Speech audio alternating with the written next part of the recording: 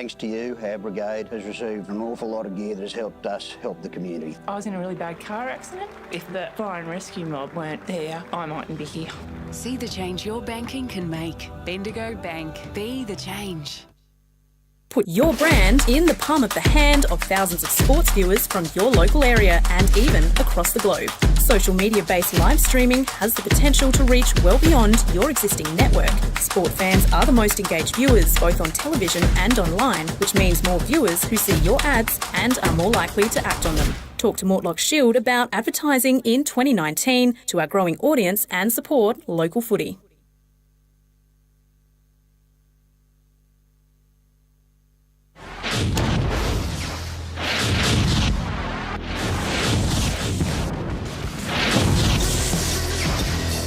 Australians! Optus 4G Plus network now covers more of you than ever. So you can post fast, watch fast, play fast, just like me.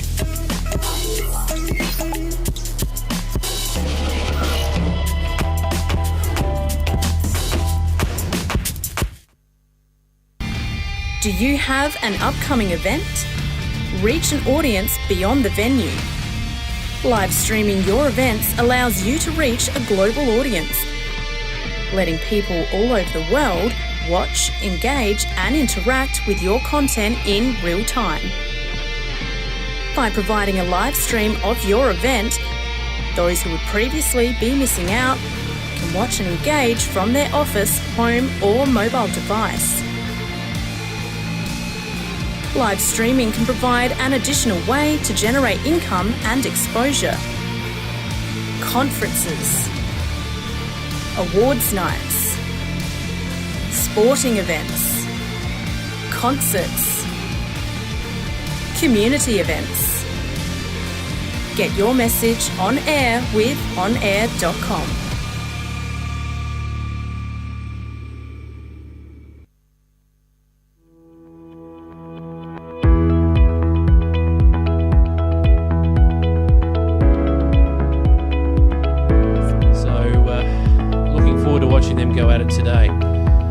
Loving the Indigenous strip that the Sharks are sporting this year at Mortlock, and players just shaking hands, getting ready. And I can see that Eyre has got the grippo out there with the Midwest boys shooing around, rubbing into their hands. Throwing that around.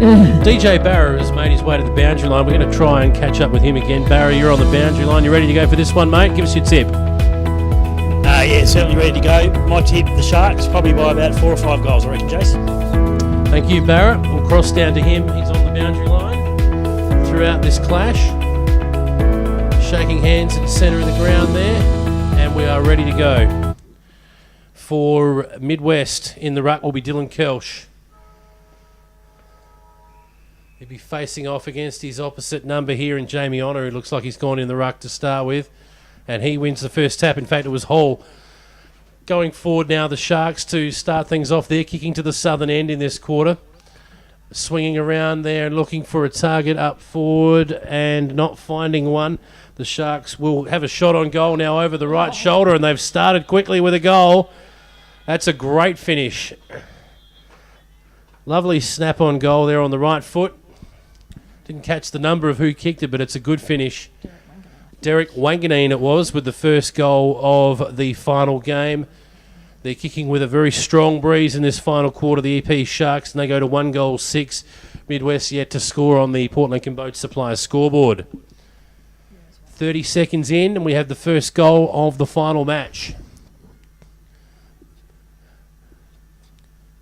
And back in the middle now, big Kieran Hall will go at it again.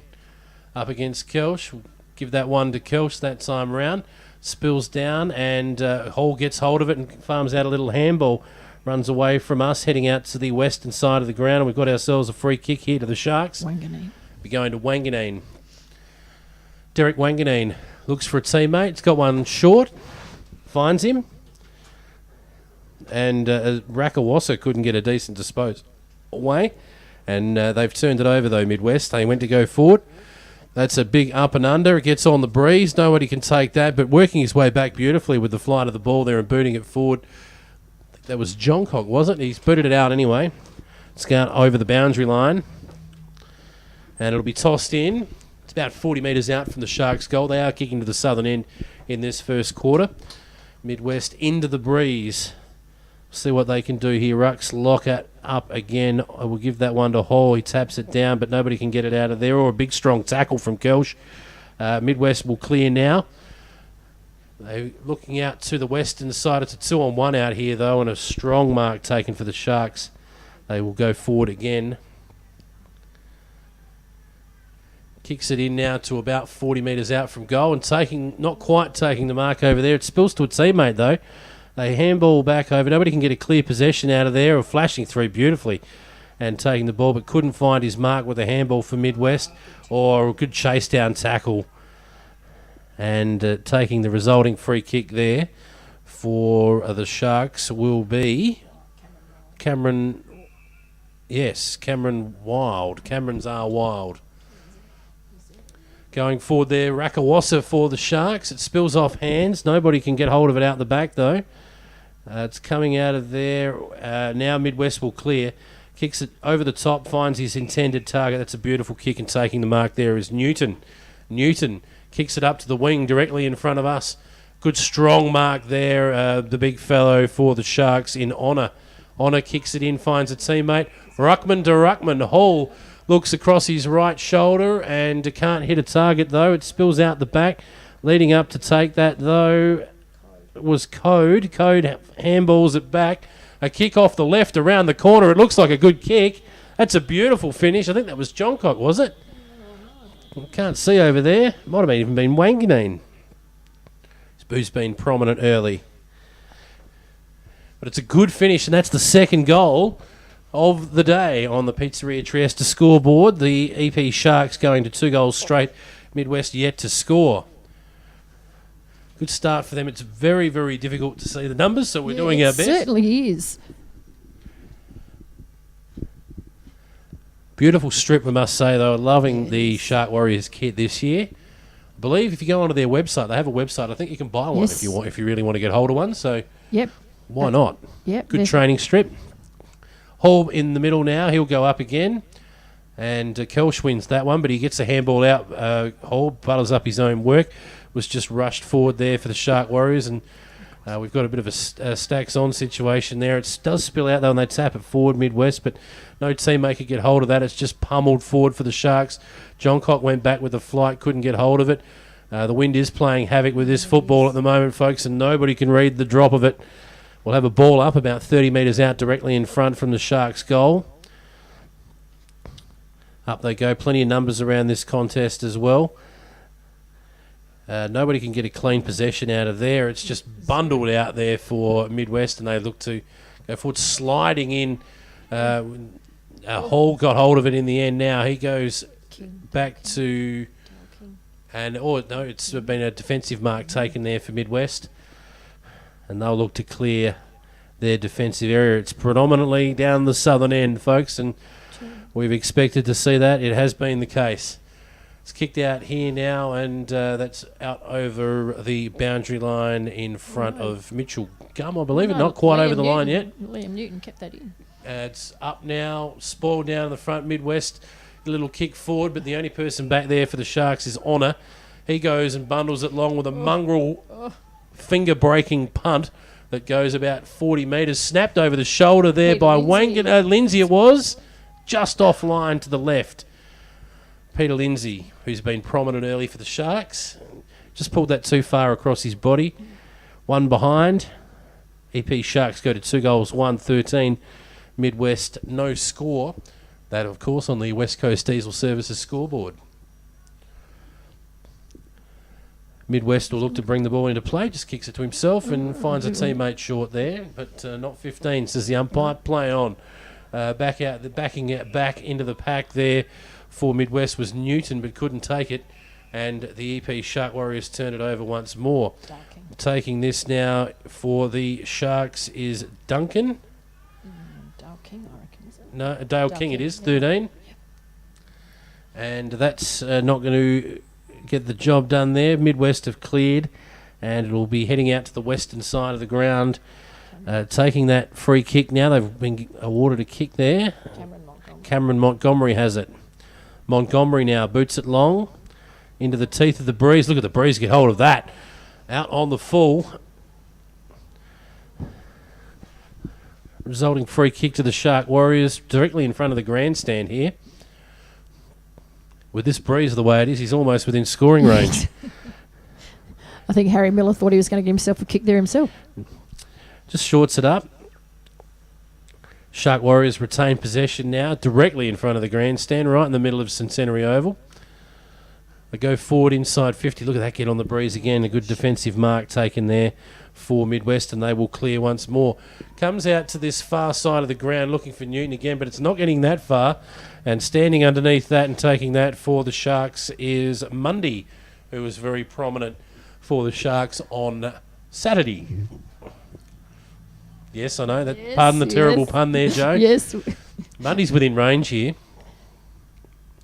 And he knows it too. He's gone back. He's got a lovely left foot. In he comes. Oh, it's never given that a chance. Oh. Started at skiddy and it stayed out there. Out on the full. Needed to start that at the right goal post. As it was, he started it at the left behind post and it kept going. And they've managed to retrieve that football. I think it was a car driving by that just smothered that. Midwest now bringing the ball back into play. Spoil over the top there and flashing through there. That was Mundy again, I think. Oh, no, it was Ali Johncock. Midwest have possession now, though, but they just can't consistently find a teammate. It's gone down the line and out on the full near us. Shark Warriors have possession. That's a terrible handball, but they've managed to regain possession. Mundy can't find a teammate, but Kieran Hall. Yes. Well done, big man. Just floats around there. Oh, he's dodged out of one and into a high tackle, I think. No, he's been called holding the ball. Wanganane's been called for holding the ball. All stands to the mark. Midwest look to go forward now. Their first serious foray forward. It's gone over the back. Oh, he can't quite get that out of there. That was a good solid work there from Steve Paul from Midwest. And what have we got here? A boundary throw in. Just up from us. Plenty of numbers around these stoppages, as there has been all day long. Hall gets to work there. One down, though, for Midwest by Kosminski. And it spills out of there. They're going forward now. It's a kick forward from Burgoyne. Burgoyne boots it forward. It's into the forward pocket and will spill out over the boundary line in front of Cameron Montgomery. And we'll have a ball in. Around about 40 metres around from the Midwest goal. They're kicking to the northern end in this first quarter. The final game of the 2018 Mortlock Shield continues. At the moment, it's the EP Shark Warriors 2-1 to Midwest no score. The Sharks look to clear. Ali Johncock couldn't quite do much with that possession, but the Sharks do retain it. And it spreads out to Phelps, who has a bounce running along the wing at Centenary Oval. Has a second bounce and a third. Looks to go forward now. He kicks to about 60 metres out, and it's chopped off. Couldn't finish his work. Great play from Phelps, though. Just the finishing kick. Couldn't get the job done. DJ Barra down on the boundary line. How are things looking from your vantage point, mate? Pretty good. I'm in the dugout, not far from you, Jace. Midwest only gone into their forward 50 once, so they've got a lot of work to do. Thank you, Barra. Midwest have just worked it out now, and it's in the hands of Jared Sampson, Central Air boy. He boots it up along the wing there, spoiling that down with Stringer. He couldn't do much with it. The Sharks go forward now. A little kick from Wild. Cameron's are Wild. It spills over the back there. Getting back for the Shark Warriors was Mundy. A good solid tackle, though, for Midwest there. I think that was Damon King. O'Loughlin with the tackle. Good Western Districts lad. He's booted it up. Mongrel punt. It's going over towards the boundary line and will spill out for a throw-in. Bundling that out there was Ross Bascom. And, we've got an injury here. And the players straight away gathered around him and don't like the look of it. So they've patted him on the back. I hope this isn't too bad. It is Ross Bascom's down at the moment.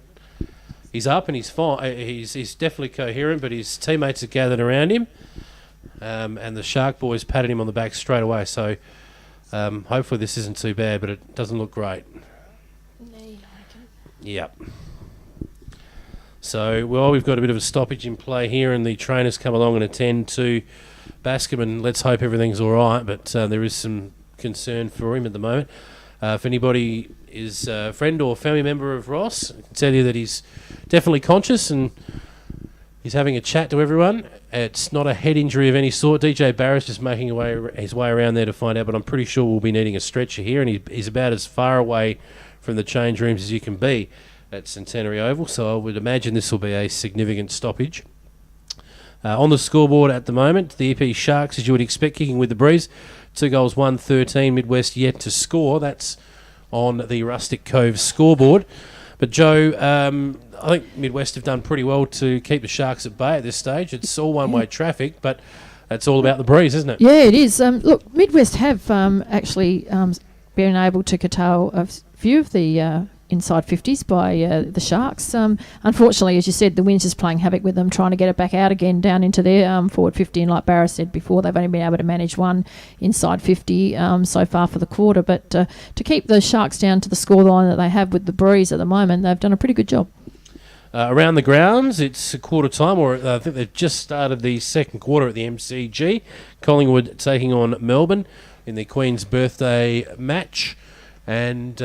And looks like Collingwood 5 goals, 5 against the Demons at the moment, 2 goals straight. So Melbourne not going so well there at the MCG. Bascom is just being stretched off the ground at the moment, and we hope all is well there. He's moving around, of course, so all is well as far as the head goes, but this looks like a leg injury of some sort. I don't want to preempt anything. DJ Barrow just went over there to find out. We'll just cross down to him now. What did you find out while you were there, mate? Yeah, it looks like he may have broken his ankle, Jace. It doesn't look real good. They are calling it as his ankle bent completely in the wrong direction. So not sure if he'll play any further part in the game. It doesn't look very good for the young fella. Thanks, Barrett. I would suggest we've seen the last of Ross today, and hopefully not for the year, but injuries like that, yeah. We're wishing him all the best. Still be a bit of time before we get back underway here. The EP Sharks kicking with the breeze. If you're just tuning in, it's the final game of the Mortlock Shield. The winner of this game will win the Mortlock Shield, just with the other results having gone the way they have. If you're thinking about a draw, there can't be. They will play extra time if scores are level at full time. So I'm reliably informed, Joe. Yeah, I would think so. Yeah. Now, on the live stream side of things, if you're tuning in to us on 5CC at the moment and you wouldn't mind seeing some video footage of what's going on today, you can. Eyre.tv is where you need to go. You can check out the on-air, that's EYRE too, folks, Eyre.tv. You can check it out via YouTube, on Facebook. We've got our links up. We've got the links to that on our website, 5cc.com. Mortlock Shield website have links to it as well. That's mortlockshield.com.au if you want to check out the live stream footage today, and you should. Absolutely. Paul Rowan and his gang. Yep. Hamish is alongside of us at the moment, just giving us all the camera angles we need. We're about to get back underway. I'm popular with it. Here we go. So the ball's been thrown up now, or flying boot through there, didn't quite get the job done. Diving forward there was Kingsley Ware, and no free kick for him. At the bottom of that pack, I think they're coming through. That was Tyson Waite, and we'll have a ball up. Just on the half-forward flank for the Shark Warriors at the moment. Wrapped up well in a tackle there. Kingsley Ware again throwing himself in. That was Burgoyne.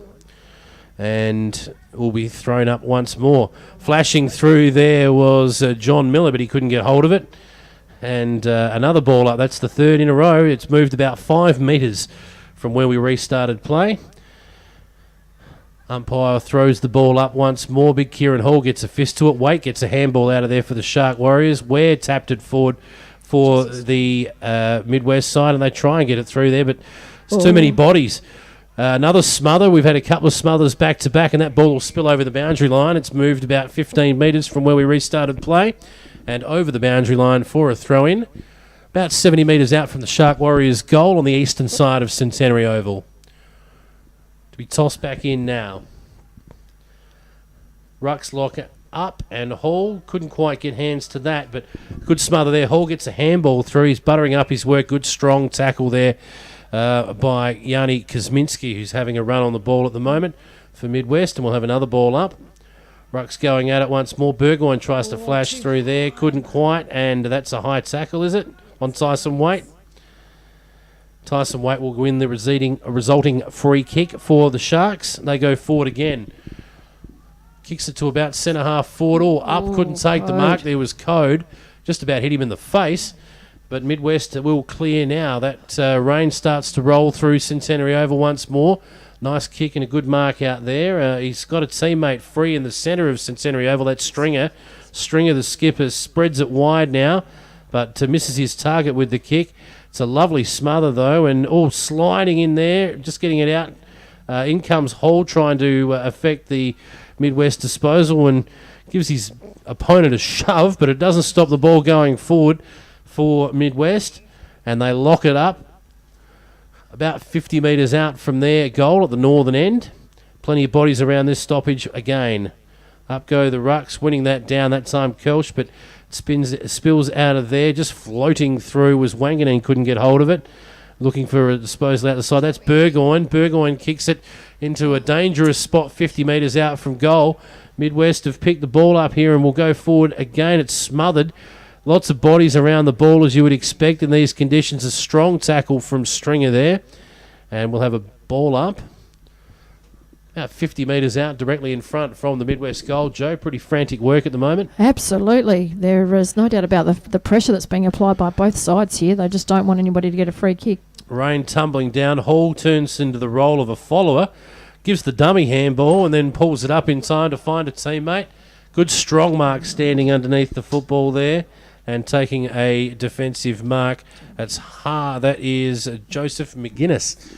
McGuinness now tries to find a teammate and is unsuccessful. Picking that up there, Burgoyne feeds it out. In fact, that is... I'm not sure who that was.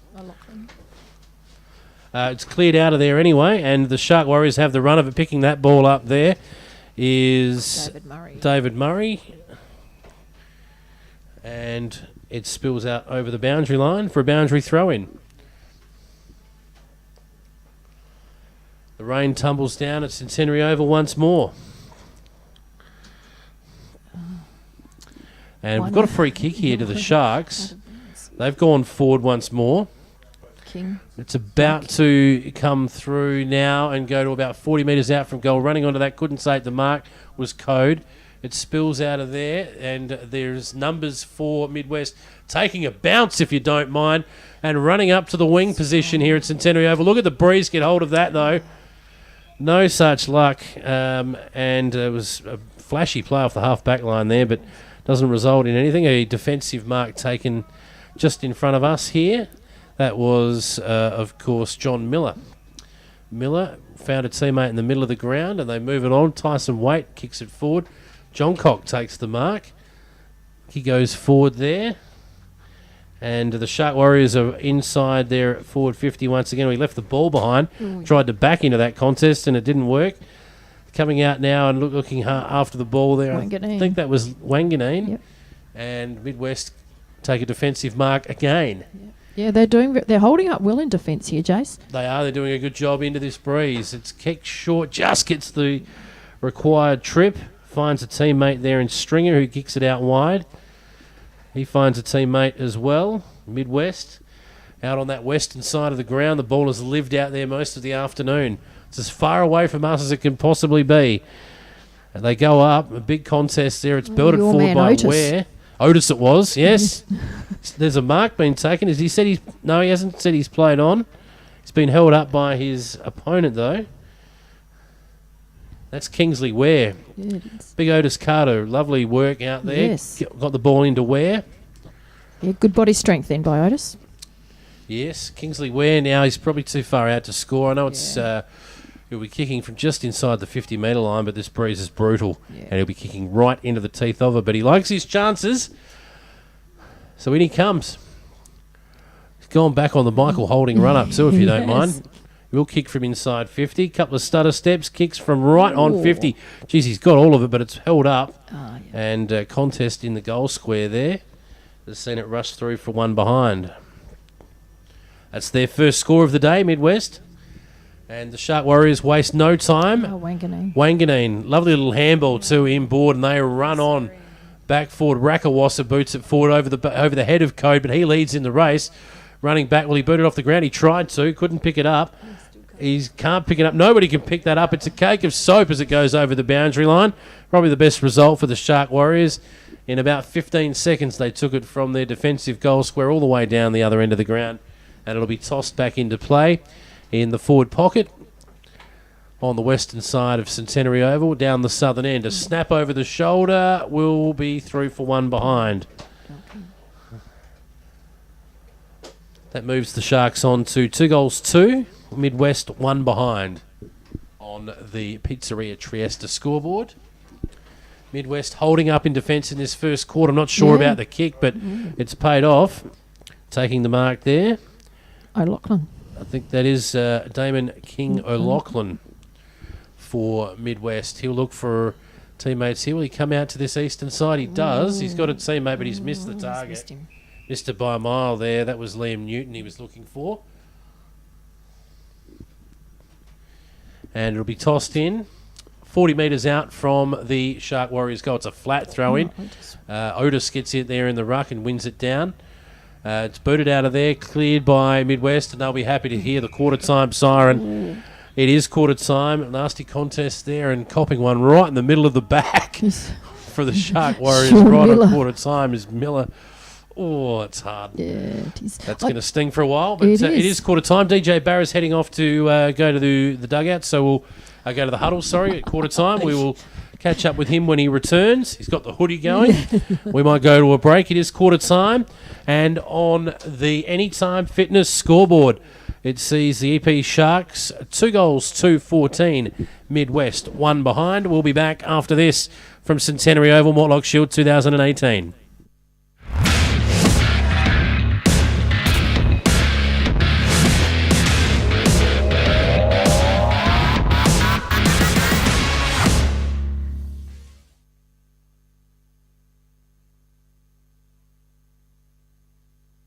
Thanks to you, our brigade has received an awful lot of gear that has helped us help the community. I was in a really bad car accident. If the fire and rescue mob weren't there, I mightn't be here. See the change your banking can make. Bendigo Bank. Be the change. Put your brand in the palm of the hand of thousands of sports viewers from your local area and even across the globe. Social media-based live streaming has the potential to reach well beyond your existing network. Sport fans are the most engaged viewers both on television and online, which means more viewers who see your ads and are more likely to act on them. Talk to Mortlock Shield about advertising in 2019 to our growing audience and support local footy.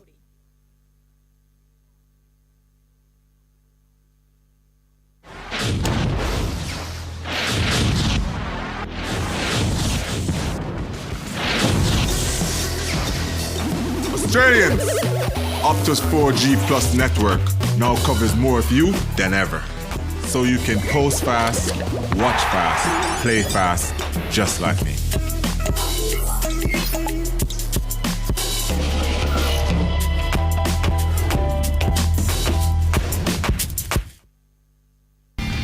Do you have an upcoming event? Reach an audience beyond the venue. Live streaming your events allows you to reach a global audience, letting people all over the world watch, engage, and interact with your content in real time. By providing a live stream of your event, those who would previously be missing out can watch and engage from their office, home, or mobile device. Live streaming can provide an additional way to generate income and exposure. Conferences, awards nights, sporting events, concerts, community events. Get your message on air with onair.com.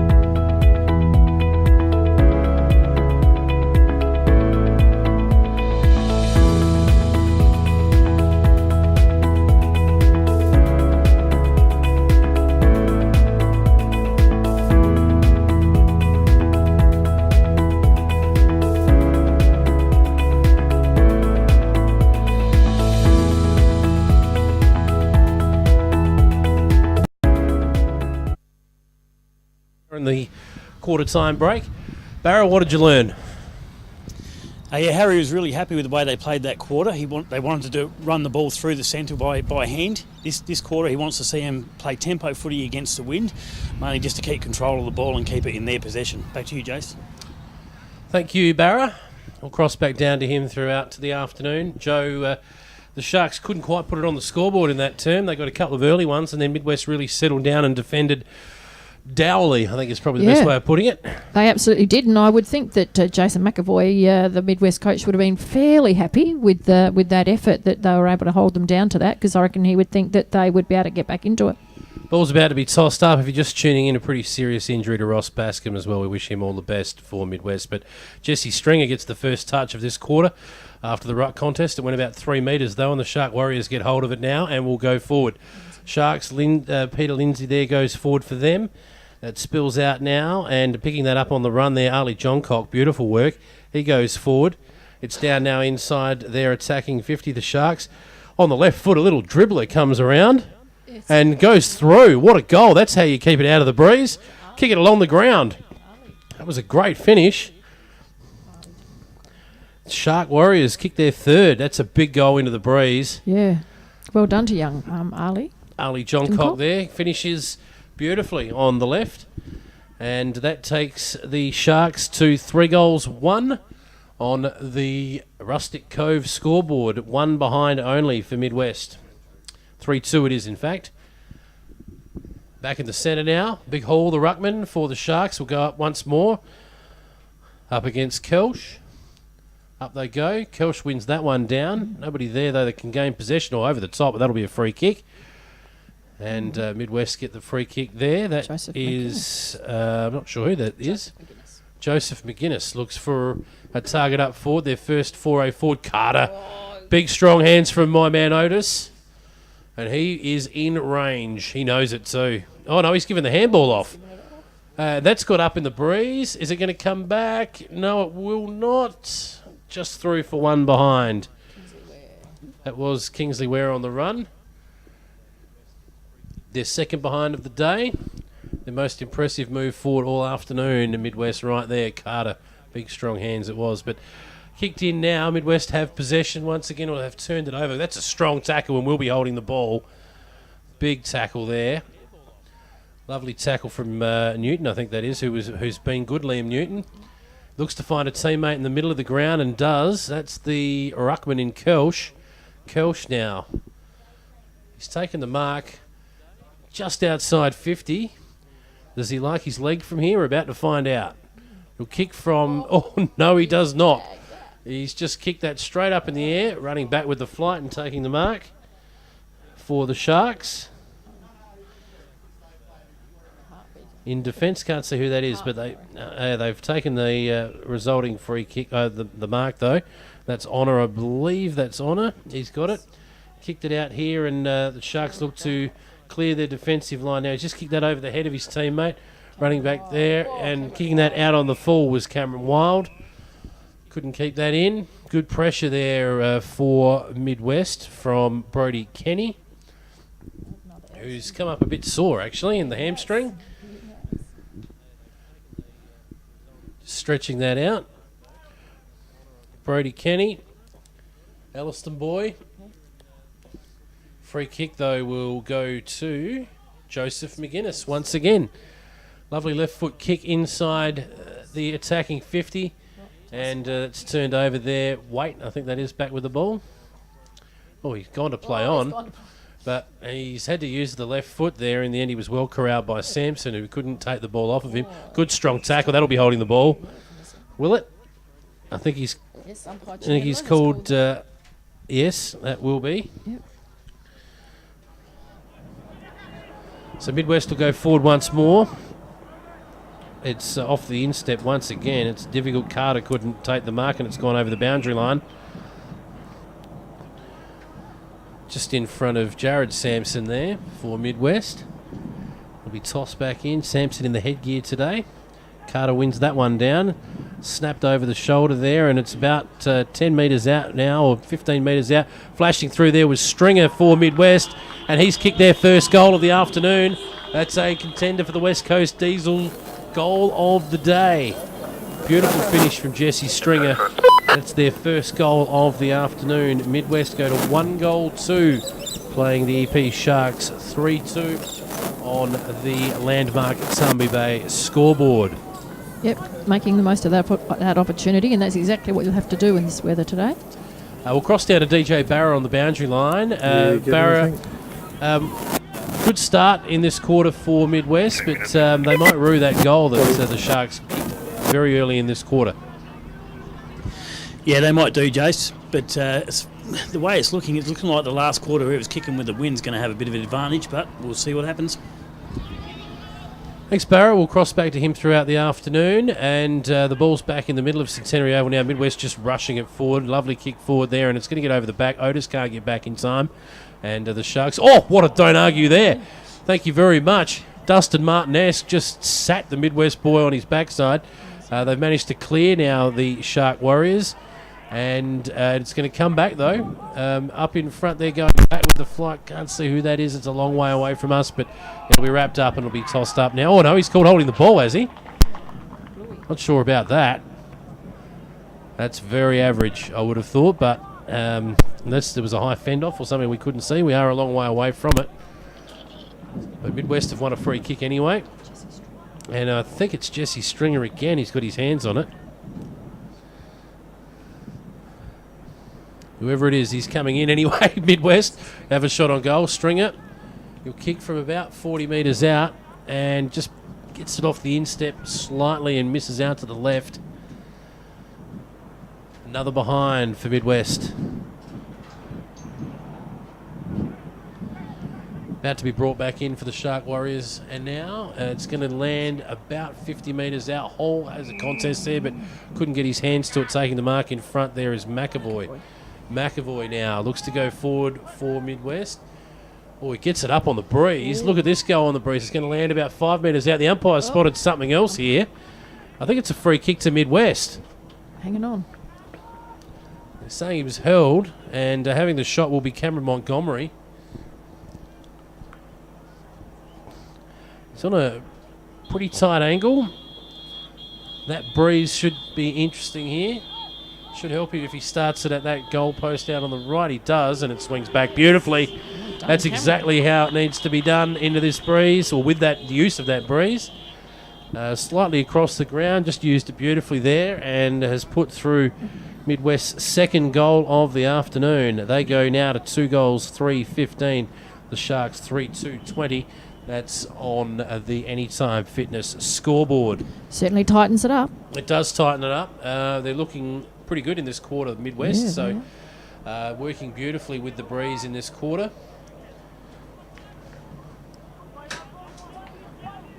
Sun has come back out at Centenary Oval.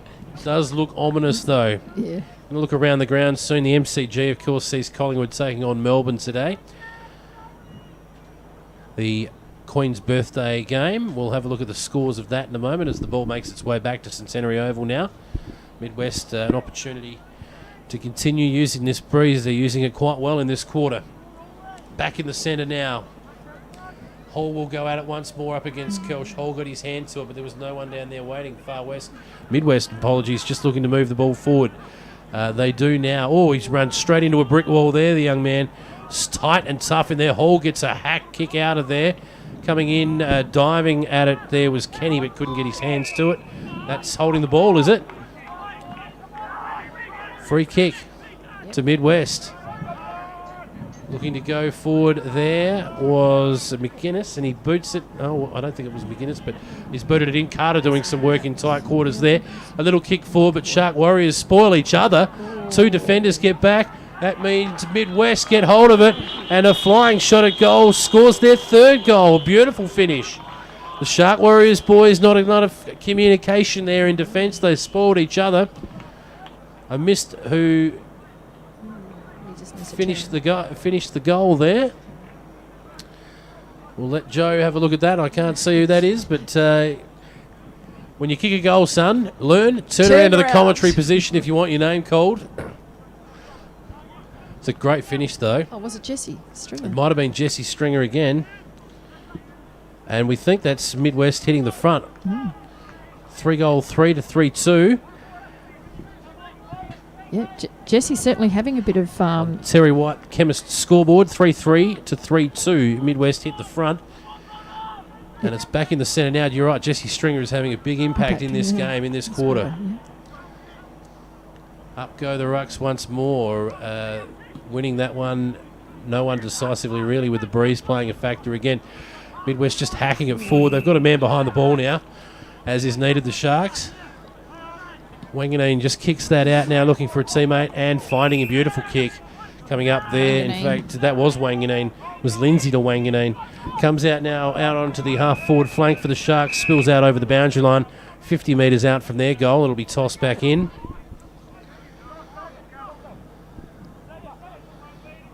Lots of numbers again around each stoppage. Kelsch gets his hand to that first, but no one can get a clean possession out of there. It spills out and Midwest just hack it forward on the breeze. Coming out now and spilling down forward. Oh, diving in on that and almost taking out Burgoyne there, but Stringer in tight there. Can't get his hands free. That's holding the ball. Good tackle. Aziri Rakawasa wrapping up there. Jesse Stringer. Rakawasa now looks for options for the Sharks. Got a few out here on the wing, and this ball's going to hold up in the breeze, and good luck trying to mark that. Hands in the back there, Phelps, but he's going to claim the mark. No, free kick. Oh, yes, he has. Yeah, he's been given the mark.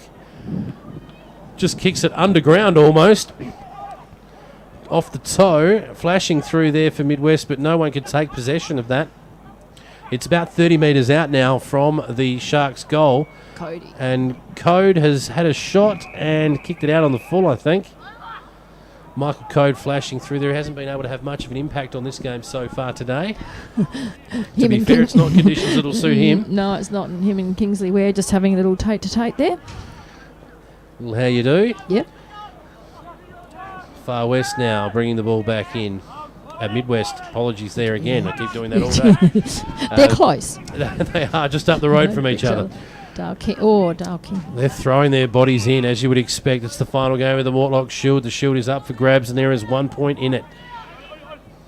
Midwest in front at the moment. Spills out of there. Joe Burgoyne leads in the race. Just tries to kick it off the ground and has an air swing, but it ends up in his hands anyway. He turns around into a high tackle from Derek Wanganeen. Burgoyne finds a target there in Sampson. Sampson now in the headgear. He looks forward. It's a great kick, beautiful kick, good mark, and out he comes Yanni Kuzminski.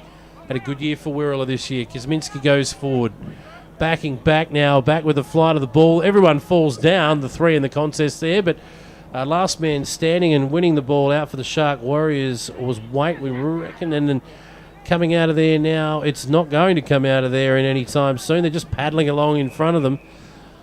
Diving on top of it. Burgoyne was just loitering around the edge of the pack there, as was Wanganeen. Be tossed up. Kuzminski's in there.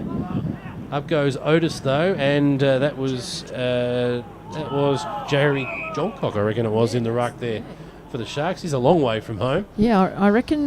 Just having a run on the ball. Yeah, Kieran Hall just went off before with that hamstring. So Johncock's in the ruck now. He goes up against that was Otis, and.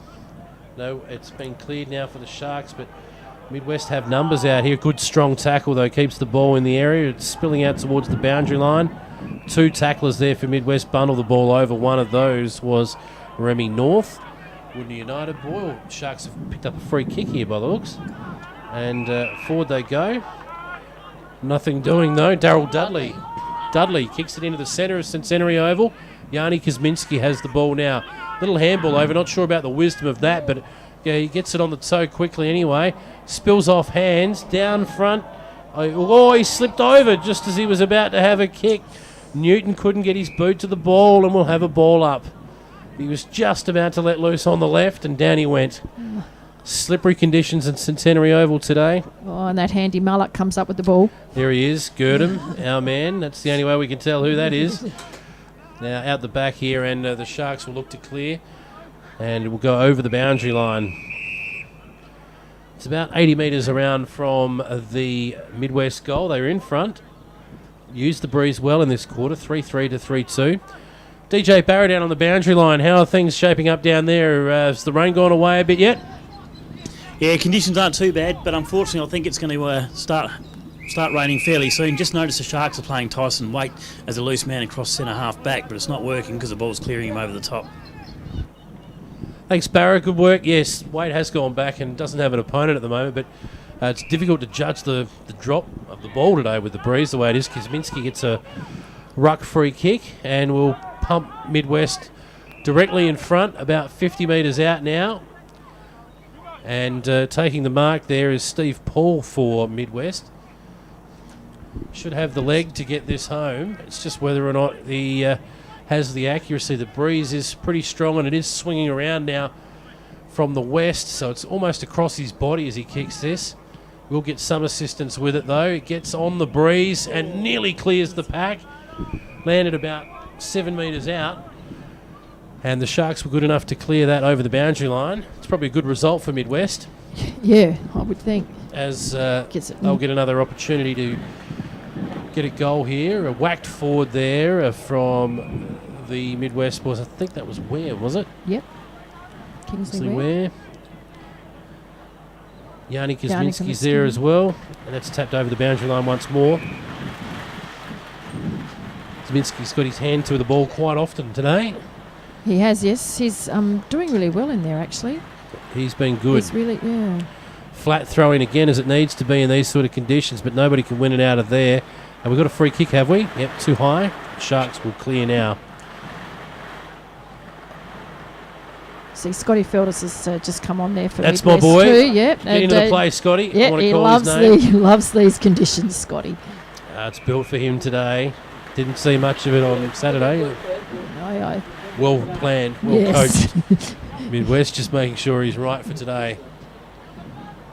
Up it goes. Look at that breeze. Grab hold of that. It's tough out there. It's kicked up a absolute stinking westerly breeze at the moment. A bit worried it might blow our commentary box over at the moment. Good luck, boundary umpire. He's going to try and throw the ball straight into the teeth of this breeze.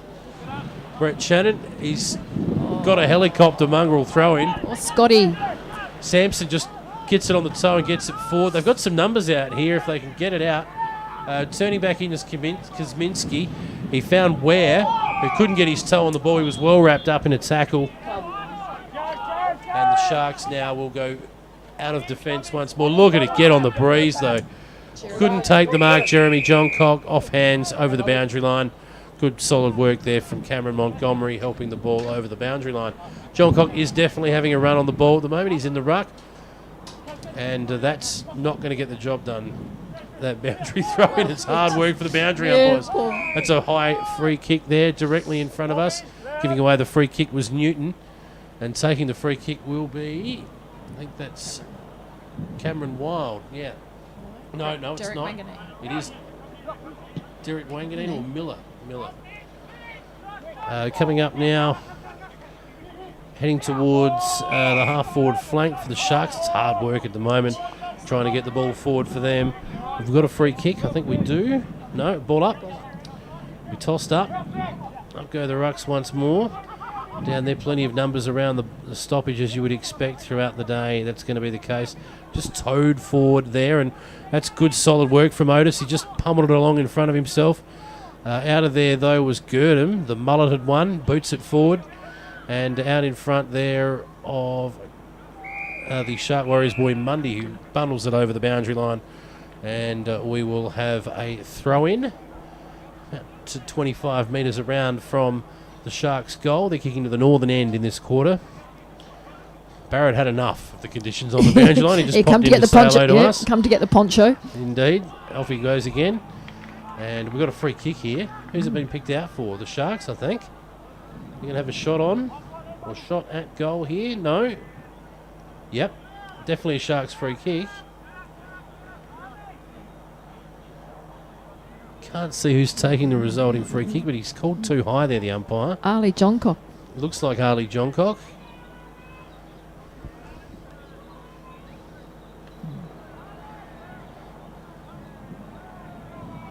I think it is Ali Johncock. In he comes anyway, yep. With the yellow boots. Yep, in he comes.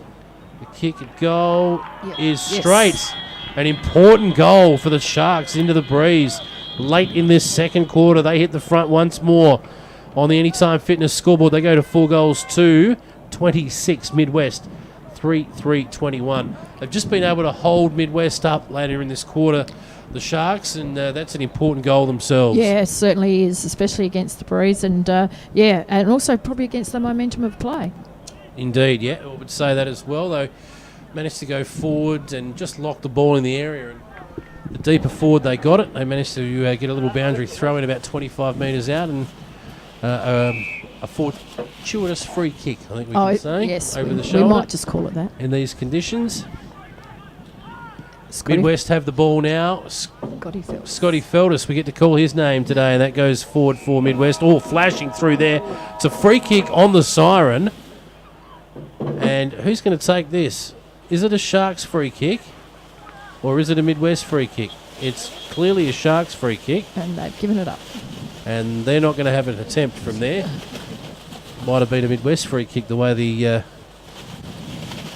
think he might have pointed the wrong way. Anyway, that is half-time here at Centenary Oval. It is an interesting game, this one. A cracking game of football. They've been throwing themselves in, as you would expect, in the final game of the Mortlock Shield. It is the EP Sharks 4 goals to 26. Midwest 3-3-21. That's on the Anytime Fitness scoreboard. We're live at Centenary Oval. It's half-time. We'll be back soon. Joe Franklin, Jason Regan, and DJ Barra with you this afternoon here on the Eyre Peninsula's 5CC.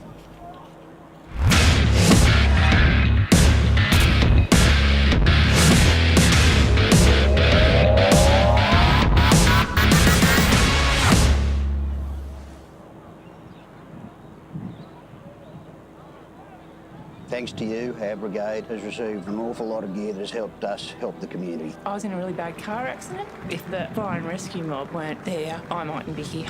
See the change your banking can make. Bendigo Bank. Be the change.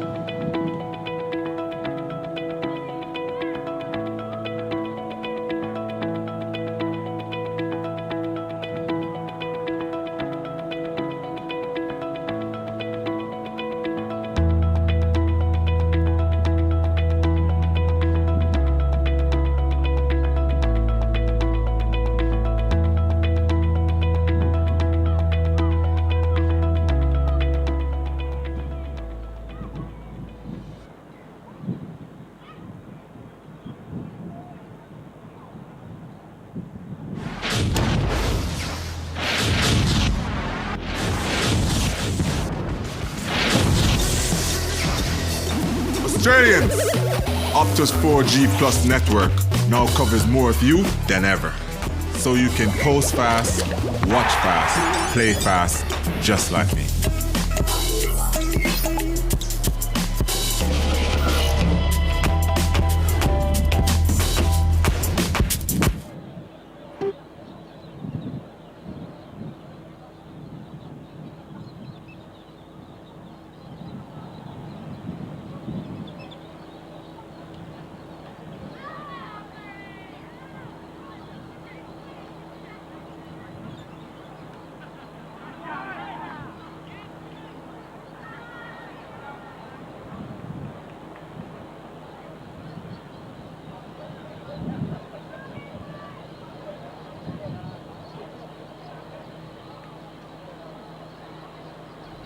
Welcome back to Centenary Oval. We are live for the 2018 Bendigo Bank Mortlock Shield Game 8, the final game of the program.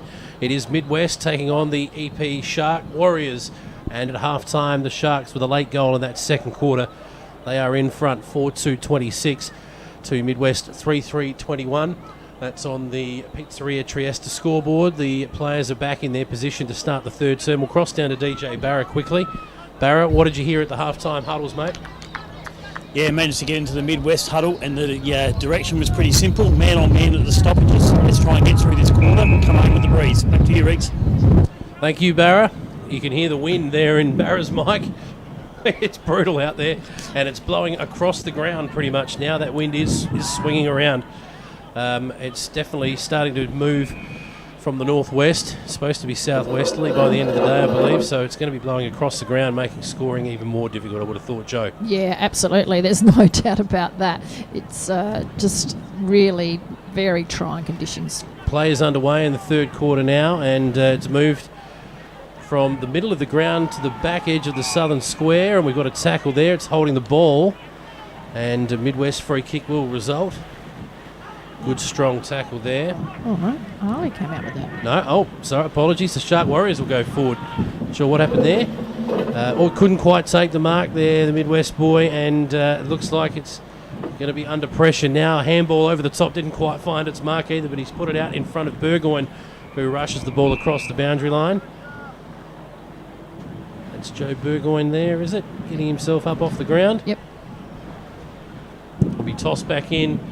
That breeze is blowing straight across the ground. Now it's going to be tough work for the boundary umpire. It almost comes back and hits him in the head.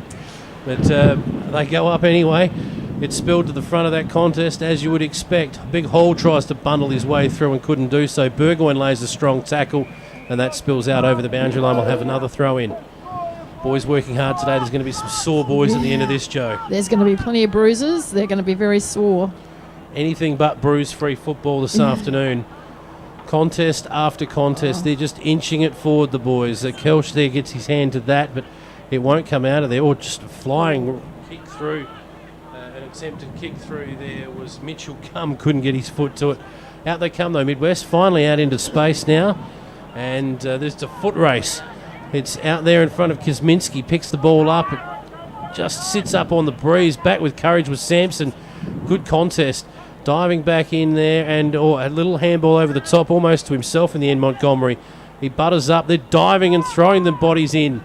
And we'll have a ball up, wrapped up in a tackle there. Remy North gets up off the bottom of that pack, and can't see the Shark Warriors boy.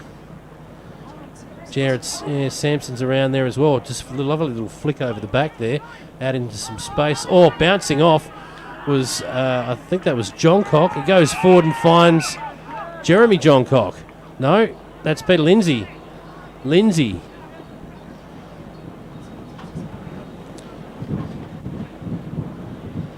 Peter Lindsay will kick from about 45 metres out by the time he releases. In he comes. Puts the ball up with the breeze. Just off hands in the end. Through for one behind. That takes the Sharks to 4-3. They're a kick clear of Midwest at the moment. One straight kick. 4-3 to 3-3 on the Port Lincoln Boat Supplies scoreboard. Midwest bring the ball in. Kelch takes a good strong mark in front. He'll look for a teammate now. Working on the eastern side of the ground. Gets that off the instep, but he's got some numbers there. Lovely kick and a good mark taken back with the flight of the ball there. McAvoy now goes forward, but that's going to drop short. Off hands, couldn't take the mark, the Shark Warriors there, but it spills out. He's going to get wrapped up in a tackle. Works his way through beautifully there, Steve Paul. Found a teammate. They look to go forward. Midwest working hard there. Couldn't quite pick it up. Kingsley Ware feeds a handball out to Burgoyne, who couldn't take it. He will wrap up the Shark Warriors boy. There was that Racklewasser who picked it up. Just telling him about it too. Up they'll go again, the Rucks. Hall won that one down, but they can't get any momentum forward with it, Midwest. 2-on-2 contest out here on the wing and buttering up beautifully. First to work forward there was Mitchell Gum. It's going to come out of there, but two Shark Warriors lay a tackle. That's a good, strong tackle there. That was Milton, was one of those. On top of Liam Newton there, up they go. The rucks again. Big Hall working beautifully again. That's Kelsh on hands and knees, gets it out of there. Stringer toes it forward, and it's over the boundary line. On the full, by the looks. And the Sharks now look to go forward. It's up, and John Cock read that better than anyone. John Cock of the Jeremy variety swings around straight away on that right foot of his. Kicks it to about 30 metres out. They're running back with the flight of the ball. The Shark Warriors always slipped over there in the goal square. Almost got back up. Could have almost won a free kick there, but probably good umpiring, I think, to let that go. And it's going to be brought up in the goal square. Right at the top of the goal square, Joe. Yep, it is. Up they go. Yep. Tap through for a behind. And just while all of that's been happening, Jace, just Jared Sampson in a contest back here earlier on in the middle of the ground got injured, and I think he's just actually jumped into a car, and they're about to take him off up to the hospital, I think, by the looks of that. So horrible news, 2 down now for Midwest. Yeah, so. that may really affect them with this weather and all the... Indeed. John Cock off the left there got the ball forward for the Sharks, but not much could be done with that. They're working in a shoebox there, the boys. That's a strong tackle. Midwest again, they're chasing and tackling hard, but some chain of handballs gets a shot on goal here for the Sharks. So it's gone across the face of goal. Leading back was 2 Midwest boys. There's a third that's just popped in there, and they will work it out eventually. A handball over the top. He's got some space over there and kicks it out on the western side of Centenary Oval. Diving in, good, strong Mark Wild. And the Sharks look to go forward again. Probably didn't need to play on there, but did anyway. They haven't got a clean possession inside their 50, though there's so many numbers back for Midwest. They're working hard to get it out of there. Kick forward by Steve Paul, I think it was. And they found a target there. And they look to go forward once more. Midwest trying to get the ball forward of centre. They haven't been successful. Sharks go back inside there, attacking 50 again. And they've found a target this time. Might be. Can't see who that is. Is it Lindsay?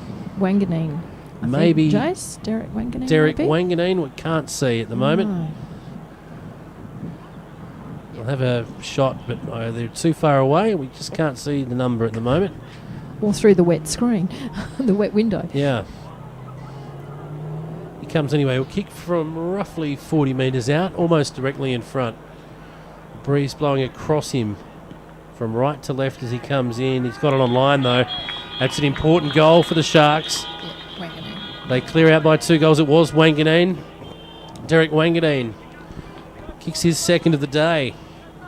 And the Sharks move out to 5 goals, 4-34. Midwest stuck on 3-3-21 at the moment on the Rustic Cove scoreboard. DJ Barra, down to you at the moment. What are the conditions like now? Is that breeze blowing into your face? You're on the eastern side of the ground at the moment. How's that breeze treating you at the moment? Yeah, no, it's still going in the same direction by looks, Jace. Just something to note that Tyson Waite has not had an opponent for the whole game. Thank you, Barra. Loose man behind the play there, Tyson Waite, obviously, but hasn't had much work to do in this quarter. That's just pummeled forward, and of course the opposite number in defence loose there for Midwest takes the mark, as is often the case. They switch it now, Midwest, and that's a good mark there. From Josh Horgan, he goes forward. There's 3 Warriors here, they could raffle it, but some solid work there for Midwest. They managed to turn it over, and over the top. That was because that was Stringer there. Was it Stringer? Oh, that was Montgomery, number 7. Stringer's around this stoppage though. Hall goes up, taps it down to no one in particular. Phelps is there. He will shepherd. Sharks pick the ball up now, look to work it around and try and find a man in some space, but the Far West boys just close it down, and Burgoyne gets hold of it now. He looks to dodge around, gets back on his right foot. Can he find a target up forward? No, he cannot.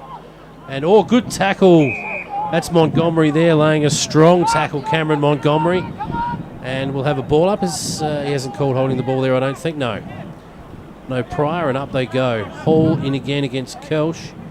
We'll give that one to Kelch, but there was nobody to win it down to. Too many bodies around the ball. Good tackle there.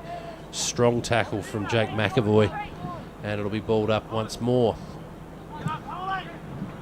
Kosminski tried to get a hand to it, but Big Hall, it's just too big a body and bundled him out of the way. They're working in that dead pocket here at Centenary Oval. Near in front of the scoreboard. It's moved about 3 metres. They're just bundling it forward as best they can at the moment, Midwest. Need a goal here into the breeze if they can pinch one. Jesse Stringer again off the bottom of the pack. He's been excellent today. Falls down at the feet of both ruckmen. No one could do anything with it, but the Sharks do manage to get a player into space there. It's Mundy. He kicks it out on that left foot of his into some space. It's a foot race now as they run across Centenary Oval. Midwest will arrive first. He's got some space. Darryl Dudley boots it inside 50. And can he find a teammate? No, he can't. Back there in defence, the Shark Warriors. It's gone through from behind, in fact. And that's another point to the scoreboard for Midwest. Well, they've turned it over here. In the middle of the ground, he couldn't find a teammate. Stringer was by himself, but he just went over his head. And it looks now as though the Sharks will clear once more. It's out on the western side of the ground in the shadows over there near the EP Shark Warriors dugout. Will be thrown in front of a vacant terrace area. Everyone's out of the weather today. They certainly are, Jace. They're all huddled in underneath the shelter in front of the bar and the canteen. Indeed they are. Back into play now and a good strong tackle there. The ball is still in play and there's bodies everywhere around this. There'd be 25 players around the footy at the moment. Does spread out into some space now, but I don't think he's got the ball there up, and the umpire agrees. Sharks get a free kick. Cameron Wild again, I think that is. Wild now looks up, looking for a teammate further afield, but Mundy over the top couldn't take the mark. He had the sit, but couldn't quite get there in time. And the umpires come in. We've got a ball up here, right on the wing in front of the grandstand at Centenary Oval. Again, 25 players get around this stoppage. Down it comes. Nobody can move it more than a metre, and we'll have another ball up. Up they go once more. Umpire wastes no time. It matters not. They've gathered around the footy. That's come out the back to Burgoyne there, was it? And went to go forward. Couldn't get it, though. A partially smothered kick. That's a one-handed handball that he's got away with. A strong tackling from the Sharks keeps the ball in their forward half of the ground. We'll have another ball up. Just forward of centre for the Sharks to go into the southern end in this third term. Kicked out of there. Leading in the race, though, taking the mark there is Dale King for the Sharks. King now, he's got a teammate out here by himself and he uses him in space. Jesse Milton looks forward, finds a target there. Beautiful kick. That man, Waite. There he is. Waite hasn't had an opponent, but Barra says didn't have one then either, and Johncock takes the mark. Jeremy Johncock got into some space as well. Waite decided, well, it's not coming defensively, so I'll get up the ground and get a kick. And used it beautifully. So this is a tough kick for Johncock, though. He'll be right into the teeth of that breeze as it comes across the ground. It is slightly favouring his end, so he'll almost need to start this out at the right behind post for it to work back. He does, and he's done it beautifully. He's measured it beautifully. Absolutely magnificent finish from Jeremy Johncock. Yeah, that could be a telling goal, that one, I think, for the Midwest boys. That's a huge kick for the Sharks. They go 3 goals clear now. 6 goal 4 40 to Midwest 3-4 22. 18 points clear on the landmark Tumby Bay scoreboard. That's a great finish. Yeah, it was a great finish. As contender for the Pizzeria Trieste goal of the day. Yep. Might cross down to DJ Barra on the boundary line there. Sharks just seem to be getting the better of things in general play at the moment, Barra. Yeah, they certainly have, and my man Tyson Waite, who's been standing by himself, just drifted down nicely forward, took a mark straight onto Johncock. That's a telling goal for the Sharks. Around the grounds for Port Lincoln Boat Supplies at the MCG, 3 minutes gone, third quarter. Collingwood taking on Melbourne, the Queen's birthday clash there. Collingwood 9 goal 9-63, Melbourne 7-2-44. So the Demons had a better second quarter. Collingwood got away on them early. Back to the action at Centenary Oval though, and Midwest went to go forward. Shark Warriors have repelled it though, and they will work forward now. It's way away from us. on the western side of the ground. Jeremy Johncock off the left foot this time, just bundles it inside forward 50. He's got a man coming back by himself in the goal square. It's Michael Code, and he's dribbled it along the ground. Jason Dunstall will not like that one bit. Bottom of the post. Into the dribble file you go, Michael Code. We will be sending that into the bounce crew next week. Don't you worry about that. Let them off the hook too, Midwest. They need to pull one back here, Midwest. Oh, it's a cross goal and spoiled there, 3 for 1 behind, so it won't hurt them too much, but it's another point to the tally as Midwest look to bring this back in now. Oh, a big contest there. Mitch Gunn was working across to that contest as well. He's worked hard, but he hasn't had much on it. Oh, running into an open goal here, and it's finished beautifully. Cameron Wild. Well done. Camerons are wild at Centenary Oval today. That's a beautiful finish again. Yeah. They've worked that pocket out, the Shark boys. Yeah, they have. And they go to 7 goals, 5 now. Midwest stuck on 3-4. That puts them clear by 25 points, getting towards the back end of this third quarter on the West Coast Diesel Services scoreboard. Oh, yeah, look, there's no doubt about the fact that Harry Miller knows about this oval as well, Jace. Like, he's played plenty of games here himself and in some similar conditions, so there's no doubt that he'd have the EP Sharks boys well tutored on where they need to run the ball. No doubt about that. Otis Carter's into the middle now for a run on the ball. Big Otis will go up here against, I think it's Hall. I can't see, or it might be Jamie Honour. Yep, no, I reckon that Hall's over there Phelps, with a hammy. In fact, Phelps went into the ruck there for a bit of a run and a jump. Why not? Otis followed up his work but couldn't get his hands on, and they had a tackle there. Sharks just doing everything they can just to bundle it forward. Good work where the footy. Burgoyne gets hold of it, tries to find a teammate and does. He's been good all day, Burgoyne. It was Dudley, in fact. And the Sharks have turned it over in front of the grandstand, and they've got a man free here in the middle of Centenary Oval. Forward they go once more, the Sharks. It's out to the flank and a good mark. Good kick, good mark. That's Code. Code swings around, wastes no time, gets it up on the breeze, and it doesn't quite hold on. It goes through for a behind. Yep, needed to flatten that out a little bit, I reckon, Michael. Yeah, Breeze grabbed hold of that did. late. He wastes no time, though, and that's the way to play this Breeze. Just swing around and go. Another behind. Midwest just looking to slow things down. They want to come storming home on this Breeze themselves. Looking to get out to the eastern side of the ground, and he puts it up. The Breeze grabs hold of it. Code trying to work his way to the front, couldn't. Handball farmed out there. Kosminski working in a shoebox. Gets it out to Mitch Gum, who just gets it on the boot and tries to get it up to the wing, and does. Right in front of us. Strong work there for Midwest by Damon King O'Loughlin. Good Western Districts boy. Yep. Out over the boundary line. It'll be tossed in there directly in front of us. We can give them a wave. Boundary umpire goes to throw it in. This will give us an indication of the Breeze. Look to lighten off a bit there. Phelps picks it up out of the ruck. Getting a kick out of there that went about 2 metres was Dale King. Spills out over the top now. Phelps couldn't get a handle on it. Cameron Wild, though, gave it to him, went back and got it himself, and has kicked it forward. It's out over the boundary line now, right on the 50-metre line for the Shark Warriors, who are kicking to the southern goal in this quarter at Centenary Oval. The third term. I think Midwest would like the siren right now, if possible. They storm home with the Breeze. Ware works through there. Gets a little tough, I think it was. And the Sharks have got it back now. They look to go forward. John Miller there tries to wrap him up in a tackle, but it was a free kick before that. Yeah, Liam Newton will win the resulting free kick. He looks to come back out to this side. He's got a free man, and they will go forward now, Midwest. Up they go. Jesse Stringer couldn't get a run at it. Gurdham, the mulleted one. The mullet. He shorts it up. He assures me it's coming off after today. The Sharks now looking to find some run and carry through the middle there.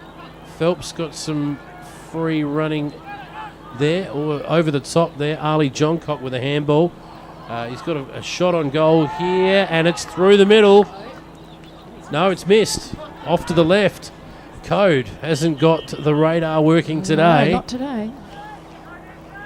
Missed out to the left. Another score for the Sharks. They go to 7-6, isn't that? 7-8. 7 goals, 8. They lead by 28 points over Midwest, 3 goals, 4. Brought back into play now, and that's a short kick there. He couldn't quite pick it up there, Montgomery. That's Scott Montgomery. It is. That's turned over again, the Sharks. If you turn it over inside your forward 50, you're going to be in trouble. And we've got another shot at goal here for the Sharks, and this one is relatively simple as well, and this one will really hurt. Yeah, Pete Lindsay, so... Lindsay will kick from about 25 metres out. Just going to start it out of that. Don't give the goals away. He did, and it didn't come back. Just needed to start it out at the right-hand goal post, and he went a bit wider than that, and it didn't come back. I let him off there. Yeah, it's a big let off. And right on the siren for three-quarter time as well. So they move on to 7-9-51 to Midwest 3-4-22. 29 points is the three-quarter time advantage. With the EP Sharks, Midwest will have the aid of the breeze in the final quarter, Joe. Yeah, they will, and they'll have to work pretty hard to make sure they get take the score back into their favour. It's been it'll be interesting to see just what sort of matchups they come up with as well. Terry White, Chemist scoreboard at three-quarter time reads the EP Sharks 7-9-51, Midwest 3-4-22. We're live at Centenary Oval for the 2018 Bendigo Bank Mortlock Shield. The final quarter. Who will win the Mortlock Shield this year, Midwest or the EP Shark Warriors? We'll find out after this.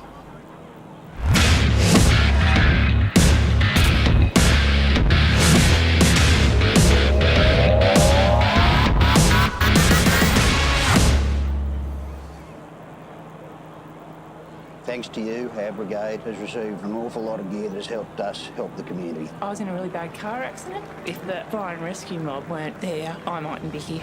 See the change your banking can make. Bendigo Bank. Be the change. Put your brand in the palm of the hand of thousands of sports viewers from your local area and even across the globe. Social media-based live streaming has the potential to reach well beyond your existing network. Sport fans are the most engaged viewers, both on television and online, which means more viewers who see your ads and are more likely to act on them. Talk to Mortlock Shield about advertising in 2019 to our growing audience and support local footy.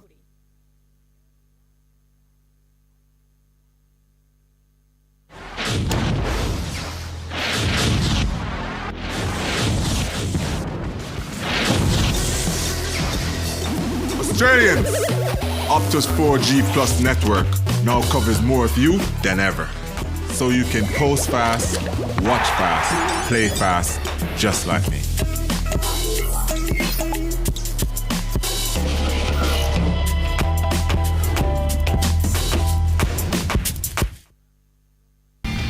Do you have an upcoming event? Reach an audience beyond the venue. Live streaming your events allows you to reach a global audience, letting people all over the world watch, engage, and interact with your content in real time. By providing a live stream of your event, those who would previously be missing out can watch and engage from their office, home, or mobile device. Live streaming can provide an additional way to generate income and exposure.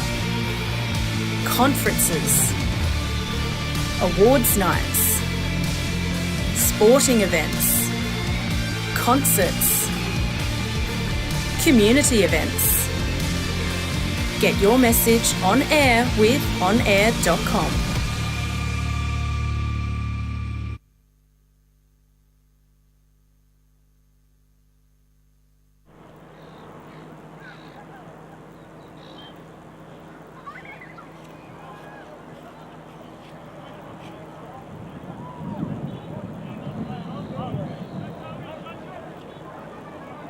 Bendigo Bank Mortlock Shield. Thanks to our broadcast partners Lincoln Rural, Terry White Chemmart, Rustic Cove and Pizzeria Trieste. Welcome back to Centenary Oval, the final quarter of the Bendigo Bank Mortlock Shield for 2018 about to get underway. And on the Port Lincoln Boat Supplies scoreboard, it's the EP Sharks 7-6-51, Midwest 7-9-51 to Midwest 3-4-22. 29-point advantage to the Sharks, but Midwest kicking with the aid of a strong breeze in the final quarter. And the ball's about to go up. We'll get down to DJ Barron. A ticket was at the huddles at three-quarter time. Up go the rucks. That's Phelps in the ruck now, I reckon, having a run, and gets the tap on that occasion for the Sharks. But to Midwest looking to go forward now. Oh, an indiscriminate kick through there. Not paid. And we've got a ball up. It was Wanganeen at the bottom of the pack once more. Booted out of there by Stringer, who's been their best by a mile today, Midwest. He's been outstanding. But they turn it over, the Sharks. Mundy there on the left peg. Out he goes. Good kick. Ali Johncock's got some space. He looks to go forward. He's got a free man as well. Phelps there. Back to Johncock. Johncock dodges around. Fancy footwork. Goes forward now. Up goes Code. Brings it down. It spills out to Wild, who goes on the right foot. A little check side there, but smashed out of the defensive goal square there for Midwest. And they look to clear now. It's a foot race back to the ball as it gets over the back of the pack. They get it forward now, Midwest, into some space.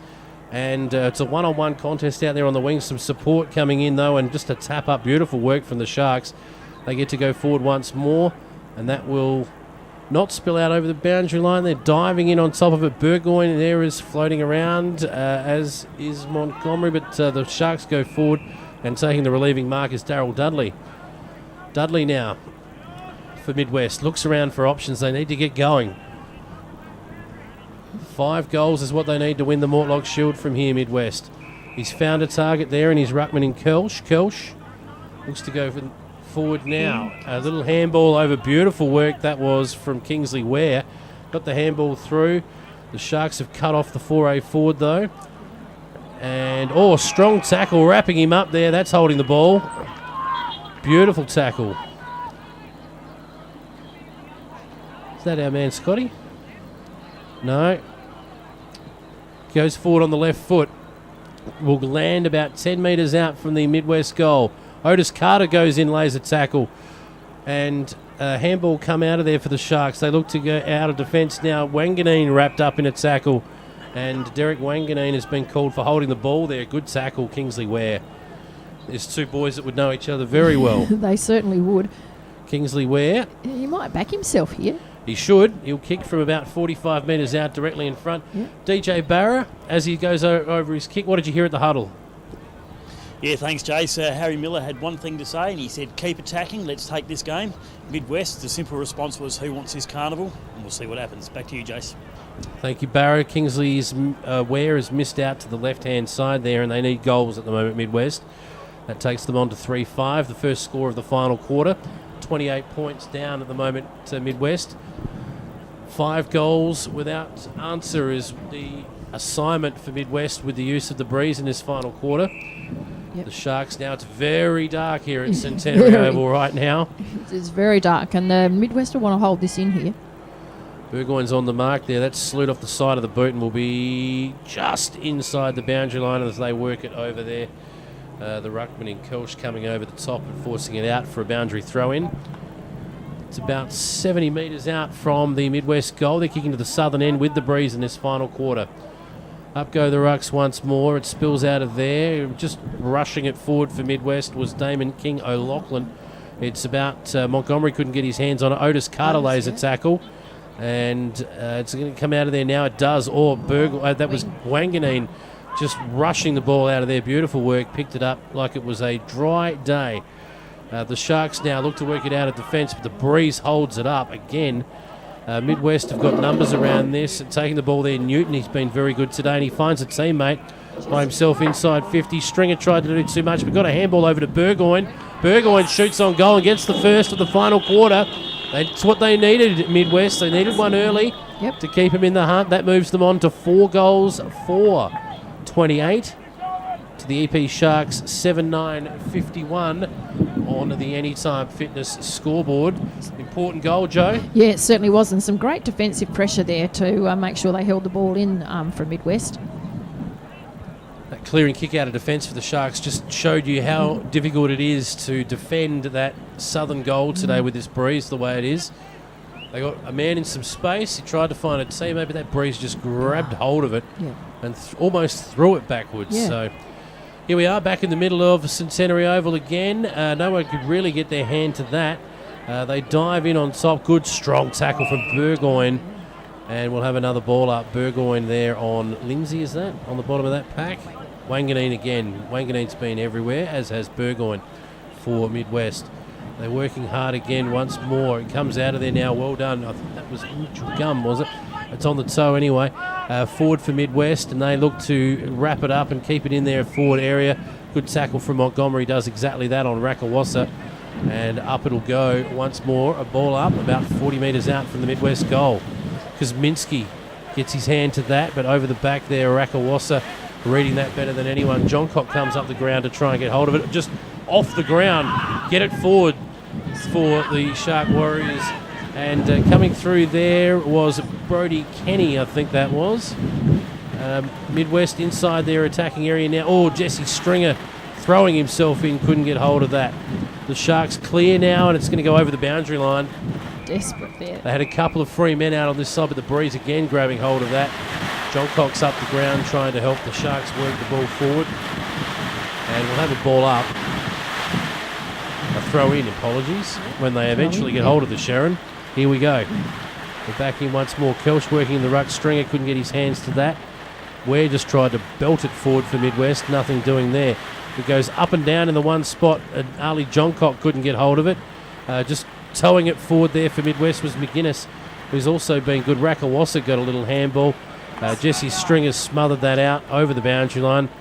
The Sharks want out on the full. The boundary umpire's having none of that. It'll be tossed in 50 metres out from the Midwest goal. Over the back there, a good wrap-up tackle there from the ruckman, and Kelch couldn't quite get the ball out of there. Midwest, though. Burgoyne put his hands in, nearly got him booted off. It's just been towed forward for the Sharks. A little tap on there. That was good play from McAvoy. Now, Midwest go forward deep into their attacking 50 once again. Running it out of there is Wanganeen. He's gone back to help out the defence. Flashing across there. They're working hard. Newton, 2 efforts and will win the resulting free kick. He went up in the contest, butted up his work, laid a tackle, and it's out on the full. It doesn't even know it's his kick at the moment. In fact, he's not even going to get the kick. Coming up to steal that will be Brody Grokey. No, he's going to be given it, so he should. He earned it. Grokey's going to get the footy. They need to... not wasting any time. Get me the ball. We need this breeze. Yeah. Newton is just looking for options as they wait. Here comes the ball now. The Sharon's back. They do have play time on in this game today. They will need it. Yeah. They need every second they can get with this breeze. In comes Newton now. He just wheels around on that right foot, wastes no time, puts it to the hot spot. About 30 out from goal, and a free kick to Waite there from the Sharks. He was held without the ball. And what have we got? A 25-metre penalty for a bit of back chat, perhaps, in that spot.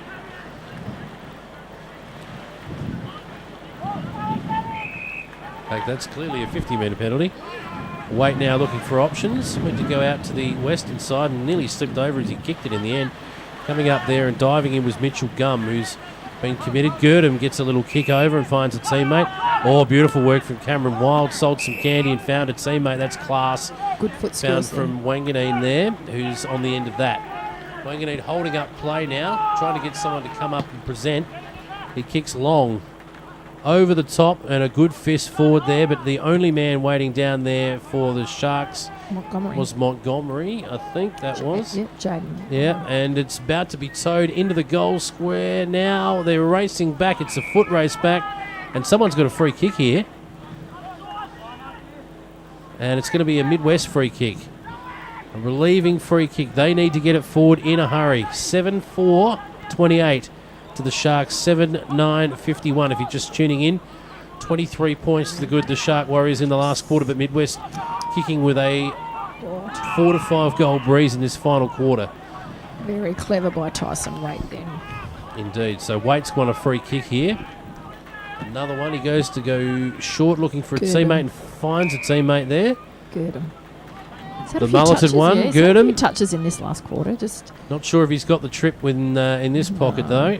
But he's going to take up as much time as he possibly can. Girdham. In he comes. Just pops it up. It's going to land.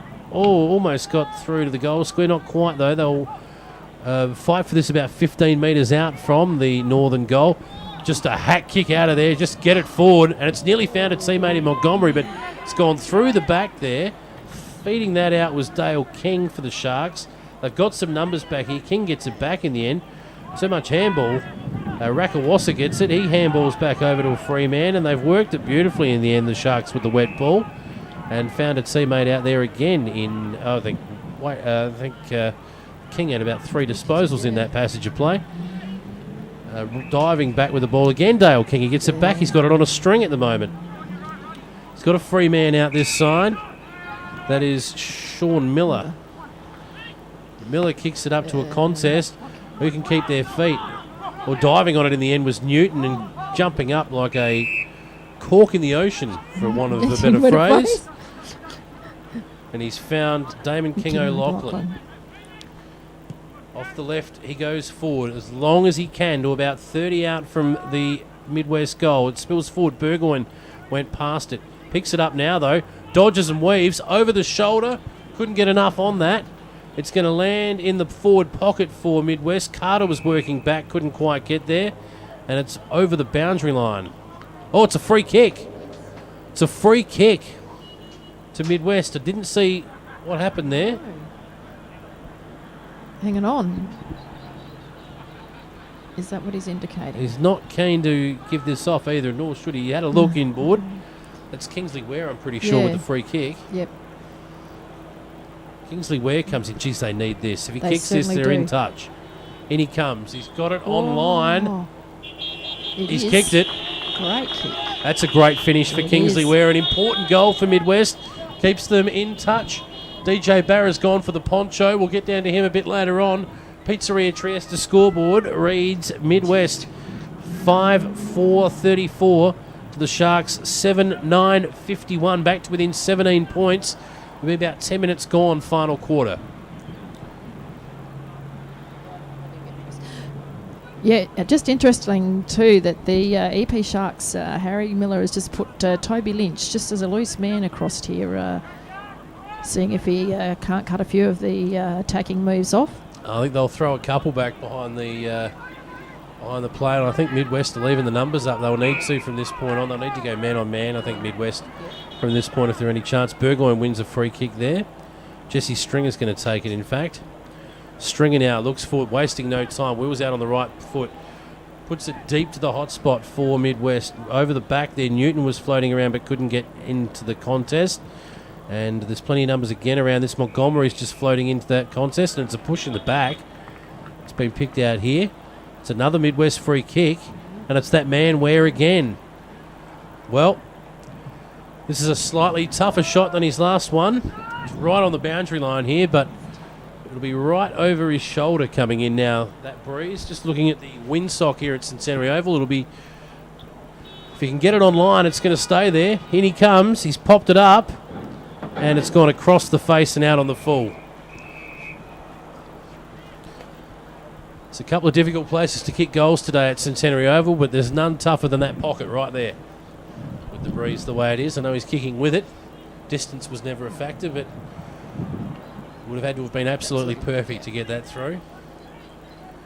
So the Sharks now look to clear out to the eastern side of the ground. Kelsch gets both hands to it but couldn't take it, and it spills over the boundary line for a boundary throw in about 70 metres out from the Midwest goal. Another one here, and they're right back in it. Yeah, absolutely. Time is the factor, though, at the moment for Midwest. Stringer just taps it forward.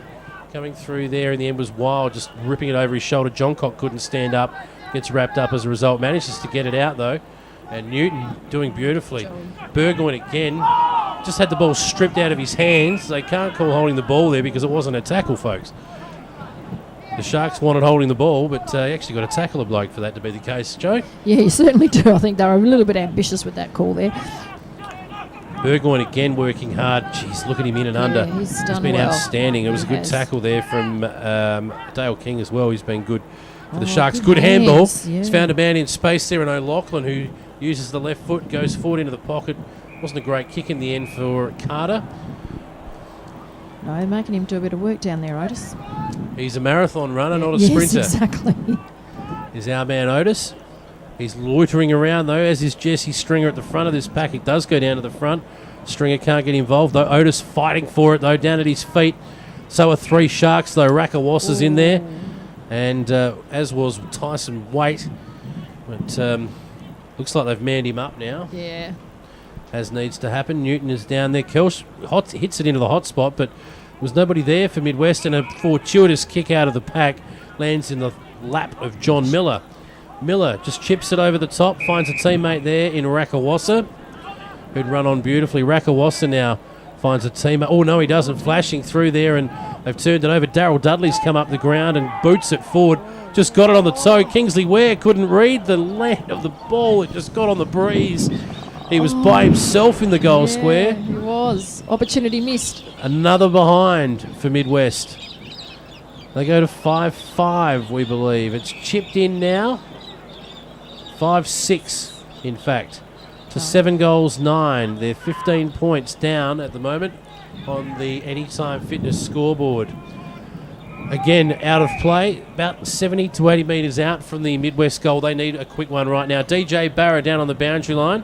Can you see the time clock there? How much time has gone in this final quarter? Yeah, thanks, Riggs. The clock's showing about 16 minutes gone, so I reckon there'll probably be another 6 or 7 minutes to go, but definitely Midwest need to score and score quickly. Back to you, mate. Thank you, DJ Barra. They're fighting for it now. Oh, beautiful working, a handball out there for Midwest, but they couldn't continue to move it forward. What class that was there from Peter Lindsay.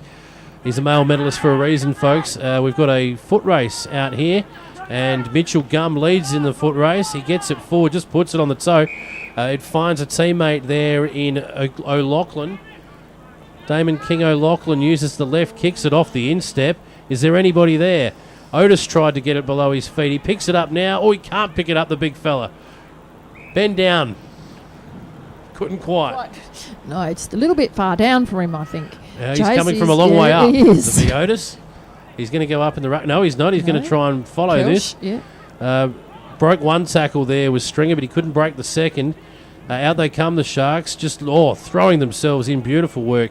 Ali Johncock comes flashing through, couldn't get hold of it. Scotty Feldus on the bottom of that as well. Feldus is all over it at the moment, but here go the Sharks. They just hack it forward. It's managed to get through to Code. Code handballs to himself because he's the only man forward of centre.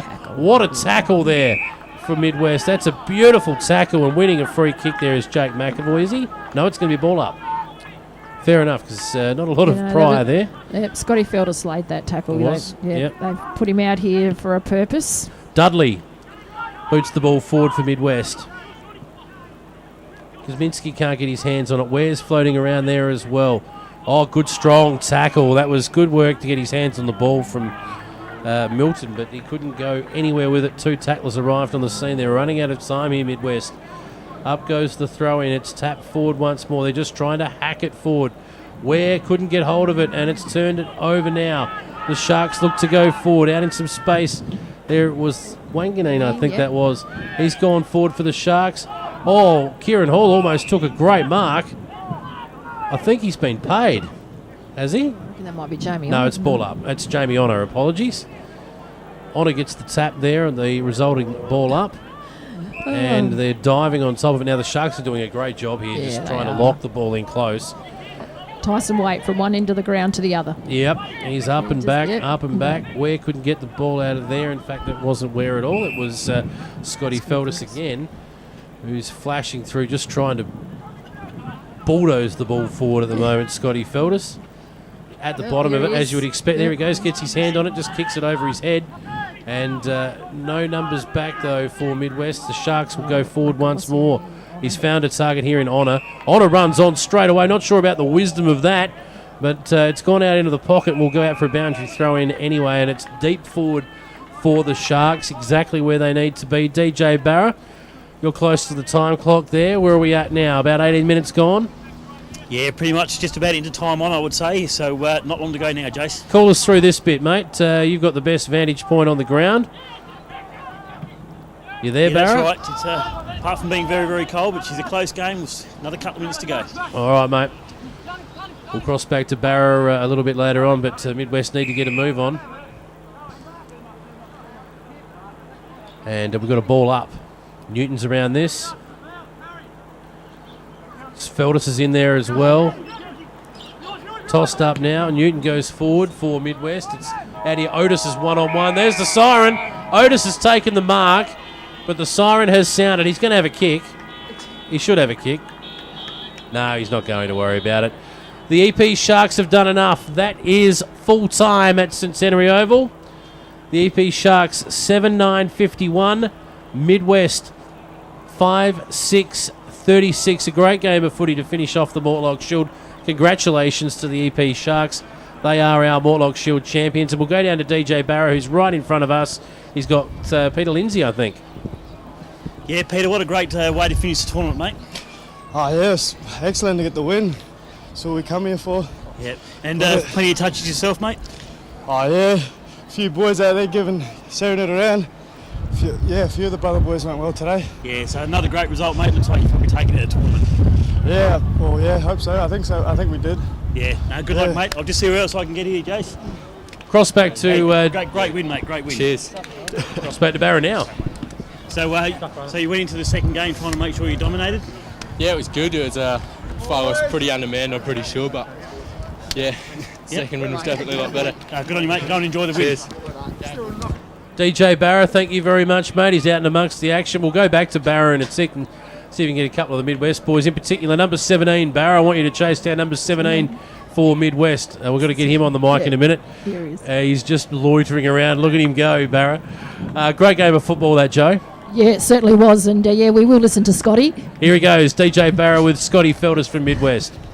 Scotty, bad luck, mate. Hard fought loss, but bad conditions. Yeah, not the best day for footy, but I mean it's probably been worse days down here. So yeah. Heard you in the huddles, mate. You were very vocal. One of the people trying to get the team rolling, get them going. Yeah, well, I suppose for the assistant coach, you could have a bit to say, don't you? So yeah, it was a pretty good effort by you guys. The conditions are always going down towards the southern end, sort of thing. They scored very quickly in the first two quarters. Yeah, I think if you took your chances on the day, you won. So yeah, that's it. All right, bad luck, mate. Yep, Go and enjoy the frothy. Thank you. Yeah. DJ Barrow there with West Coast football legend Scotty Feldus. Yeah, he certainly is, and he's coaching the EP boys. He is. In the State Country Championships this year. So, he knows what it's all about, does Scotty? DJ Barrow's had enough of the conditions, and rightly so. He's coming back towards us, and the Sharks boys and the Midwest boys will be making their way over for the presentation shortly. So close for Midwest, 15 points down at the end, and their search for a Mortlock Shield will continue. But a fantastic weekend for the Midwest boys. Well done to them. Yeah, they certainly gave it their all. There was no question about that. And they took it right up to the Sharks. There's no question about that. And they gave it, like you said, they gave it their absolute all. And, they'll fight on it for another year. Yes, they'll be back again for Mortlock 2019. But the Sharks, this is a mouth-watering matchup we've got ahead of us now next year for the Mortlock Shield. And I don't want to spend too much time on this because we obviously need to congratulate the EP Sharks boys, and we'll wrap up the game. But the Sharks at the 3:15 game in Mortlock 2019, it'll be the EP Shark Warriors taking on Great Flinders, and we can't wait for that. Barrow has just got out of the conditions and popped into the commentary box, mate. Well done today. Good job. Yeah, thanks, Jace. Midwest did a good job. They were just a little bit undergunned, I think. You have a look at the Shark side, and they've got some big bodies in there, and that's probably what the telling toll was on them. Indeed. We might shoot off to a quick break. When we come back, we will wrap up this year's Mortlock Shield here at Centenary Oval. Mortlock Shield 2018. Congratulations to the EP Shark Warriors, champions for the 2018 Bendigo Bank Mortlock Shield.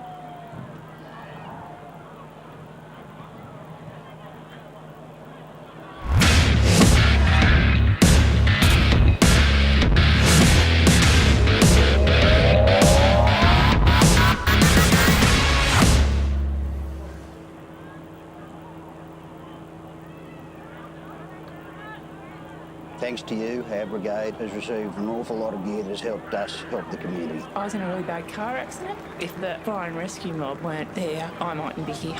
See the change your banking can make. Bendigo Bank. Be the change.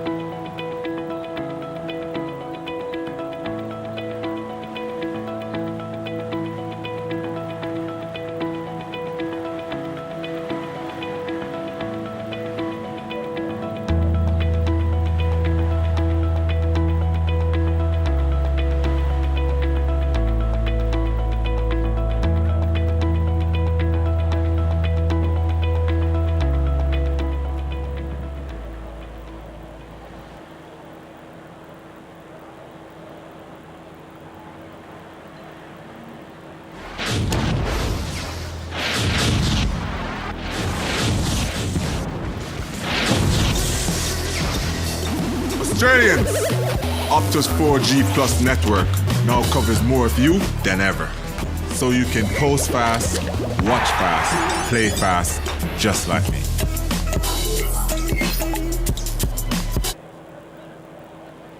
The final match of the Mortlock Shield 2018 has wrapped up. The EP Sharks were too good in the end, and congratulations to them. They win by 15 points in the final game of the championships and collect their second Mortlock Shield. Joe Franklin's been alongside of me this afternoon. Great game of football, Joe. Yeah, it was. Considering the conditions, it was a really good game of footy, and some good skills for the conditions. Good tight, in close footy, which is what Mortlock is usually about on that in that final game on the final day. Indeed. So hard at it, both sides today. Congratulations to the Sharks. They had good players all over the ground today. I thought Wanganeen was fantastic. Peter Lindsay in front of goal was just all class. Not a big day for the big forwards, so Jeremy Johncock did a fair bit of work up the ground. I thought he was okay. Code had a couple of chances but couldn't do too much. So, but for Midwest, Jesse Stringer, he was better on the ground than him. He was thought Joe Burgoyne was fantastic as well, in and under all day. Liam Newton got plenty of the ball. He's had a good year for Elliston as well, and he was sensational. McAvoy threw himself in at times. Yanni O'Loughlin had a fair bit of work to do. He probably didn't use it as well as he would have liked. And Yanni Kosminski was really good as well. Did a little bit of work in the ruck. Mitchell Gum was pretty good. They had good players all over the ground, Midwest, but just didn't quite have the polish up forward to get the job done when required. Yeah, I think probably the Sharks' skills in the end were probably just a little bit smoother. I thought Azeri Rakawasi actually did a lot of work for the Sharks as well, just that strong body across the half-back line. Yeah, indeed. And one bloke we haven't talked about, he was excellent on the Saturday as well, but up forward at times he looked dangerous and managed to get the ball through, particularly in the first half. He sort of drifted out a little bit in the second half, but that was Cameron Wild. Yeah. He was pretty good for the Sharks as well. So, as you can see now, we've just got some footage from the live stream crew who are just packing up around us, and there's plenty of people huddled over there together, just trying to stay warm in front of the canteen and can bar here at Centenary Oval. Congratulations to everyone involved with the Mortlock Shield this year. It was a fantastic carnival, as it always is. The Sharks now have just cleared the ground. I think they're pretty keen to get off out of the conditions, and I think they'll be doing the presentations in front of the in front of the building over there, I would suggest is probably what they're yeah. planning on doing. Yeah, I think that's exactly what Richard Horgan, as the president, just made an executive decision to say that that's exactly what they're going to do. They're going to do it over there, and a few photos were taken, and the boys are off the oval. Indeed. So the weather has set in here at Centenary Oval now. I won't say we've beaten it because we certainly didn't do that, but it's probably about to get as bad as it's been all day long right now. The grey clouds have rolled in. The wind has sprung up again, and we've managed to get through another year. I've got to say a huge thank you to all of our broadcast partners. We couldn't get out and call these games without the help of some fabulous local businesses. So the Port Lincoln Boat Supplies play of the day, I thought today was probably in the early game. We saw a great goal finished in the end for Great Flinders, and it was probably the one that really sealed the deal for them. Yeah, it certainly was. And I'm just trying to remember the goal kicker from that one. I think Xavier Watson was the end who passed the ball off, and I think it may have been Lockie Pake who finished that. So we'll have a look at that later on. But in the last game, of course, easily the best finish I thought of in front of goal came from Joe Burgoyne, so we'll give that to him. At least I know he finished that one. Yeah, he did indeed. Oh, Jeremy John Cox wasn't just too bad, but not under the pressure that... Indeed. Not under the pressure that Joey was. And really, really quickly, Chase, reminisce of me, but just from Country Champs, the Port Lincoln Under-15s actually in Div 2 were runners-up, so well done to those young ladies. Indeed. We're just about done here from Centenary Oval. Just a couple of final things. Last cross to the MCG as we're just about winding up over there, the Queen's Birthday long weekend game. That's right, it's not Mortlock around the rest of the country, folks.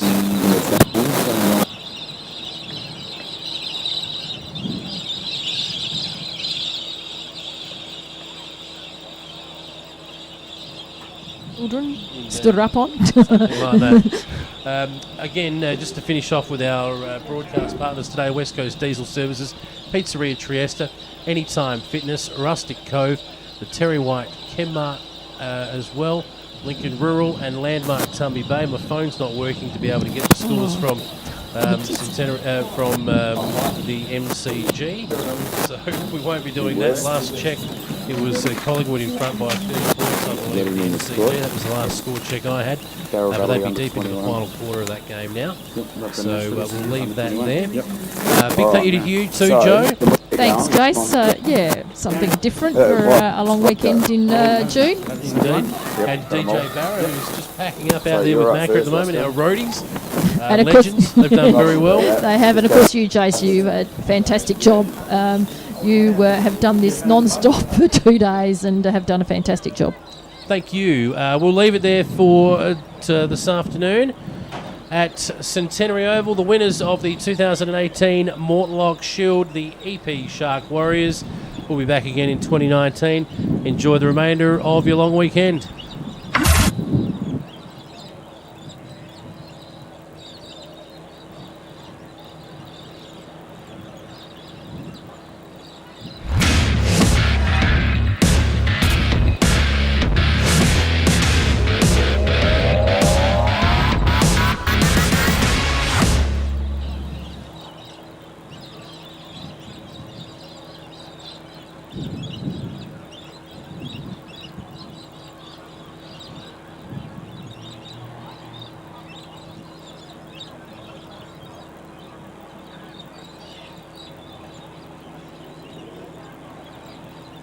Thanks to you, our brigade has received an awful lot of gear that has helped us help the community. I was in a really bad car accident. If the fire and rescue mob weren't there, I mightn't be here.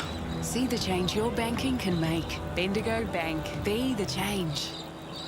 Put your brand in the palm of the hand of thousands of sports viewers from your local area and even across the globe. Social media-based live streaming has the potential to reach well beyond your existing network. Sport fans are the most engaged viewers, both on television and online, which means more viewers who see your ads and are more likely to act on them. Talk to Mortlock Shield about advertising in 2019 to our growing audience and support local footy. Thank you very much, ladies and gentlemen. The Being very kind to us, and the presentations will be a little bit awkward as a result, so we apologise for that, but we can't do anything about it. We have a number of awards to present and some teams to announce and so on. So firstly, on behalf of the Mortlock Shield Committee, can I just thank everyone for attending on a pretty rugged day weather-wise. But across the weekend, we've had some terrific football, and I want to thank the committee on my behalf for all the work that they've done. I'd like to invite Phil to come forward and just say a few words on behalf of the Bendigo Bank, our naming partner and great supporter. And so I invite Phil forward. Thank you. Thank you, Richard. I'll keep it very, very brief.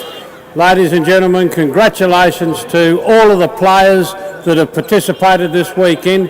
It instills the spirit of country footy and the engagement of the entire West Coast. So congratulations to the organisers, the players, everybody that's been involved with it. And ladies and gentlemen, in closing, I will say this very, very briefly. The Bendigo Bank's commitment to Mortlock Shield thus far is $90,000. That is brought to you by the customers of the Bendigo Bank. If you're not a customer, you haven't participated. I encourage each and every one of you to be part of this great community effort that brings the profits of banking back to the community. Thank you very much.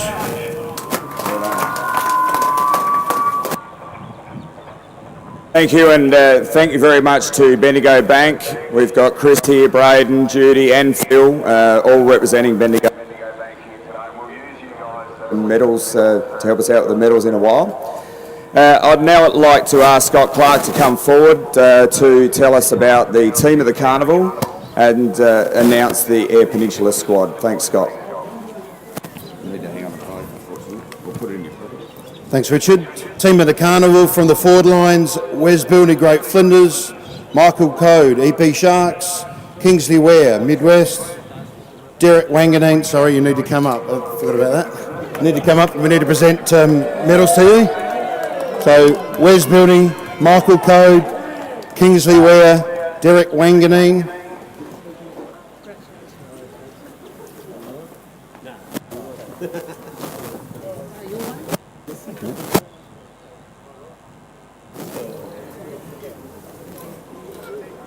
Centre forward, Jonty Sewell, Lincoln City. Not here. Ethan Kowalski, Eastern Eyre.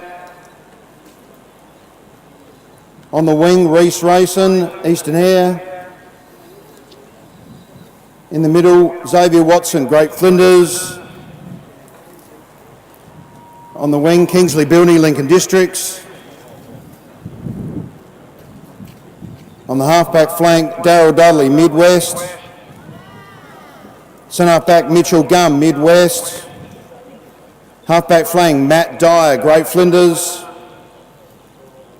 Back pocket, Tyson Waite, East EP Sharks.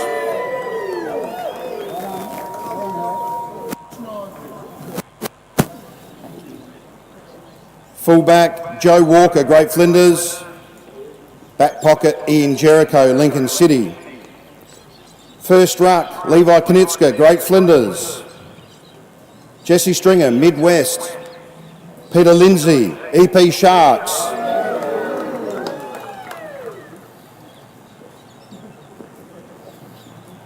Interchangements, Jesse Kemp, Eastern Eyre. Craig Hall, Far North. Dom Denton, Far West.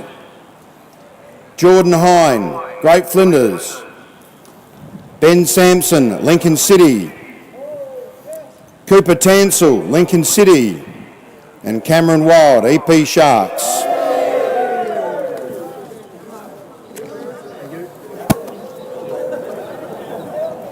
Congratulations to those people.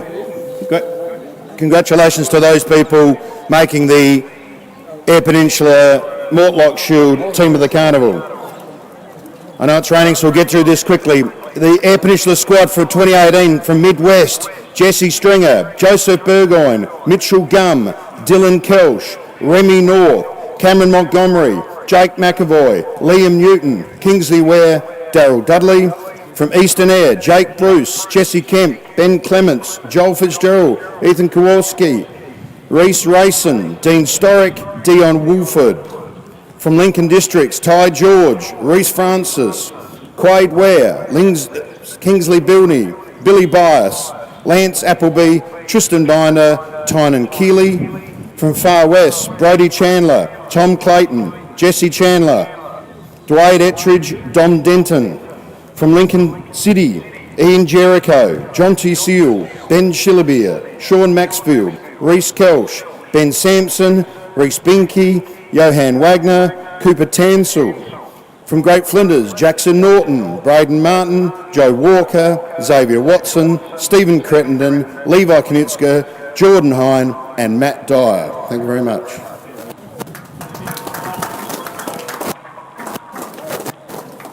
Thanks, Scott. I'll now ask Michael Hegarty to come forward to present the Umpire of the Carnival Award. Thanks, Michael. The Umpire of the Carnival this year goes to Rob Stools.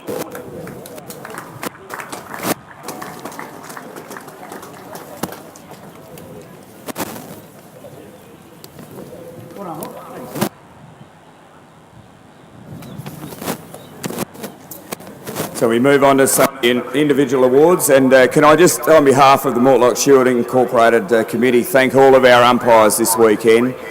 We can't play a game of footy without our umpires. We love them and we hate them, but we can't play without you. So great job to all our boundary umpires, our goal umpires and our field umpires. And thanks very much to Paul Kavanagh coming over and working with our umpires this weekend as well. We'll move on to the awards. If I can, Daryl Montgomery will present these awards. I'll announce the winner of the leading goal kicker for the 2018 Bendigo Bank Mortlock Shield, which is the Laurie Martin Trophy, kicking 6 goals for the weekend, Michael Code from the Eyre Peninsula Sharks. He kicked 5 of them Saturday, so I don't know what he was doing today.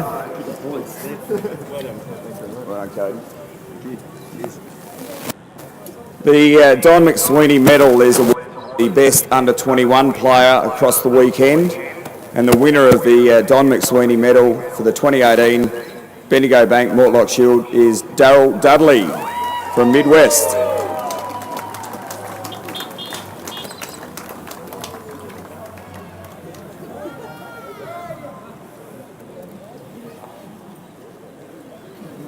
It's a fantastic award, the Don McSweeney Award. Don had a great passion for Eyre Peninsula football, but in particular for our young footballers and providing pathways for our young footballers onto higher things. So it's great that we've got an award named after him.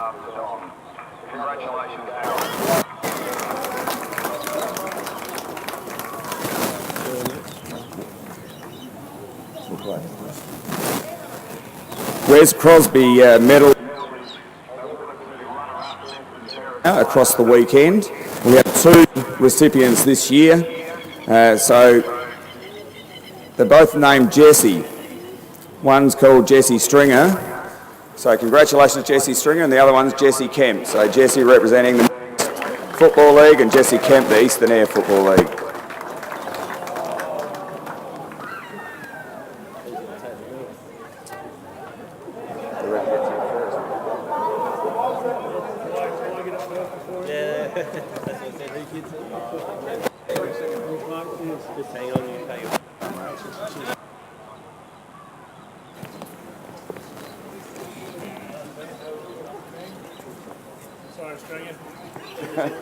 Well, mate, thank you good on you. Put one of these on because you got one of these that didn't come out. Put one of them on for the photo. So congratulations to Jesse. And Jesse, the Bampton Medal is for the best and fairest player of the carnival. Again, we have 2 winners. Levi Knutska from Great Flinders and Derek Wanganeen representing Eyre Peninsula Sharks.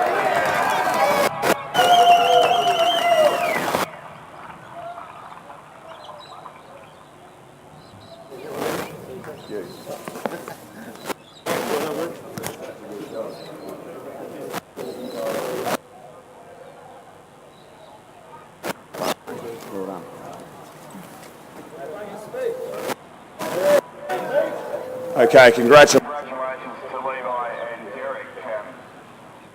On to the Bendigo Bank Mortlock Shield Champions, and I'll ask the representatives from Bendigo to present the medals to the winning representative from the winning side to come forward and read those names out. The winners of the 2018 Bendigo Bank Mortlock Shield are the Angela Sharks.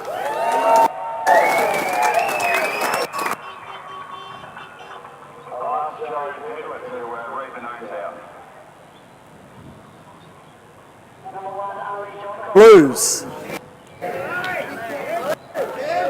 Number 2, Peter Lindsay from Mallee Park. Number 3, Derek Wanganeen from Mallee Park. 4, Toby Lynch from Western Districts. Number 5, Hilton from Tumby.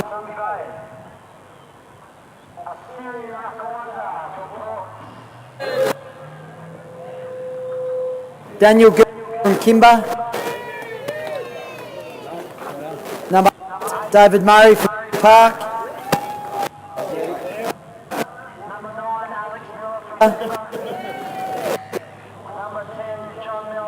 Mallee Park.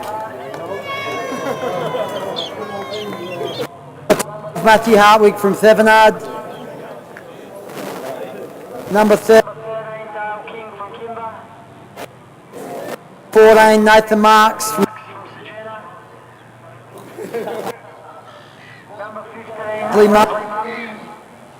as well. Number 7,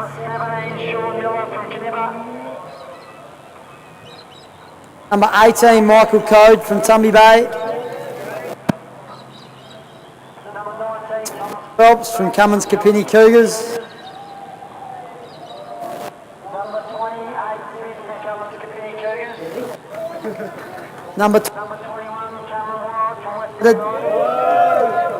Number 22, Tyson Waite from Cummins Ramblers. 23, Jeremy Johncock from Mallee Park.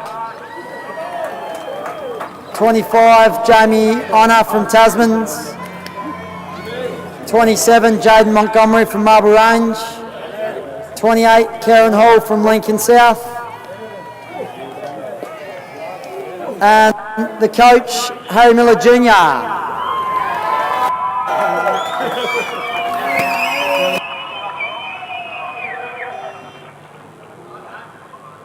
A big thanks to the Bendigo Bank for putting on this tournament. It's a real honour for us to come back and play.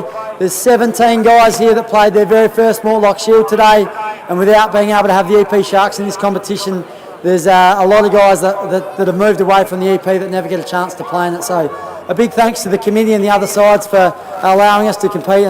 It's a great honour to be able to win it. Thank you. To come forward and present the Mortlock Shield, the Bendigo Bank Mortlock Shield, to Harry. Who's your captain, Harry? And Michael Code, if they could come forward and take the shield from Phil. Thank you.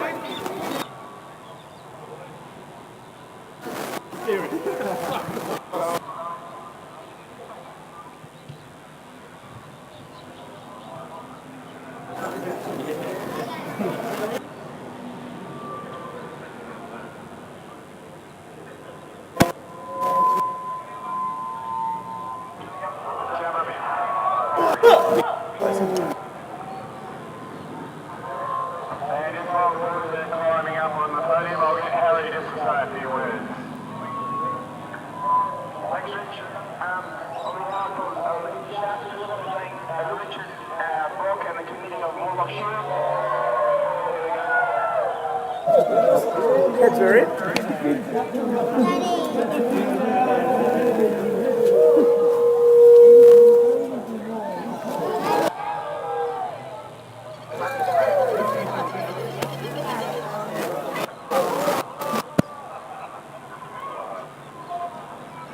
How about you, Harry? Yeah.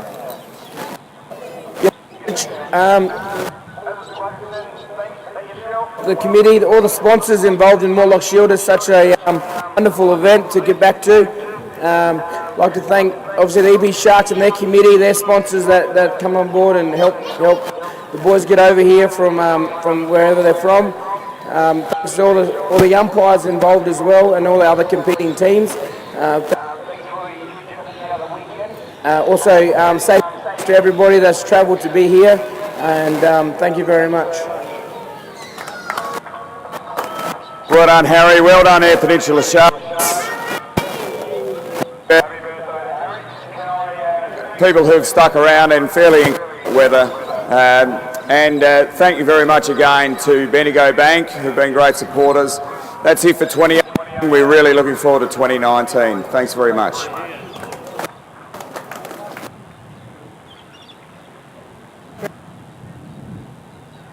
Medal winners, you know, the medal winners. If all the individual medal winners were able to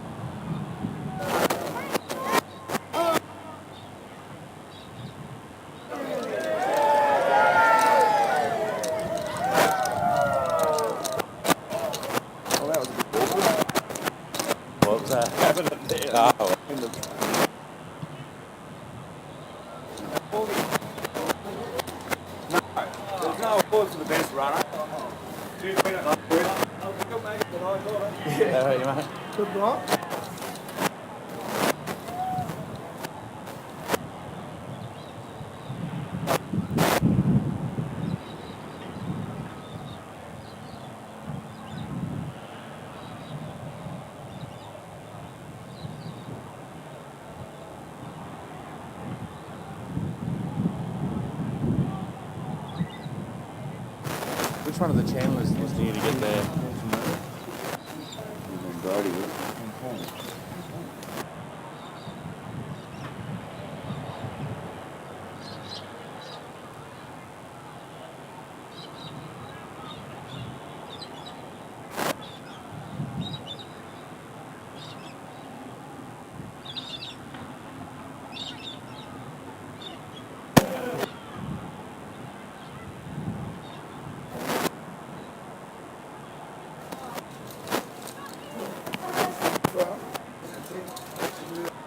Yeah.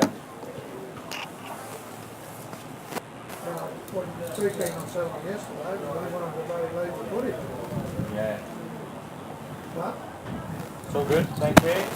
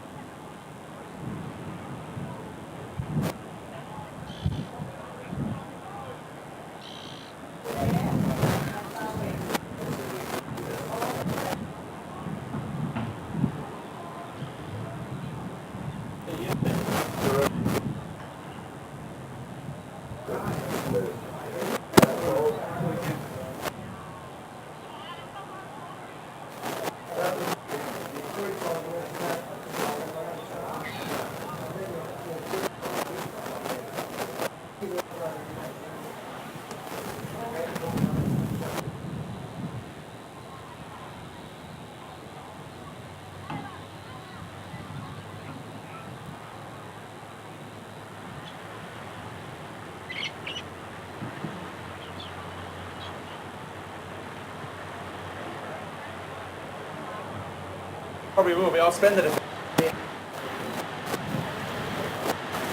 Thanks, mate. Thank you for all your work again.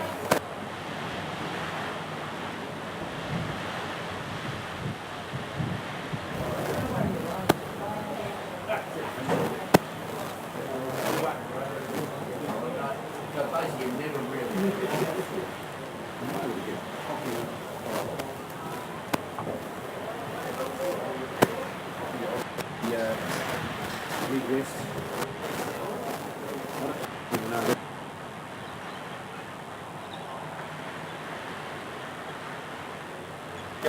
Roscoe said Tony, but anyway.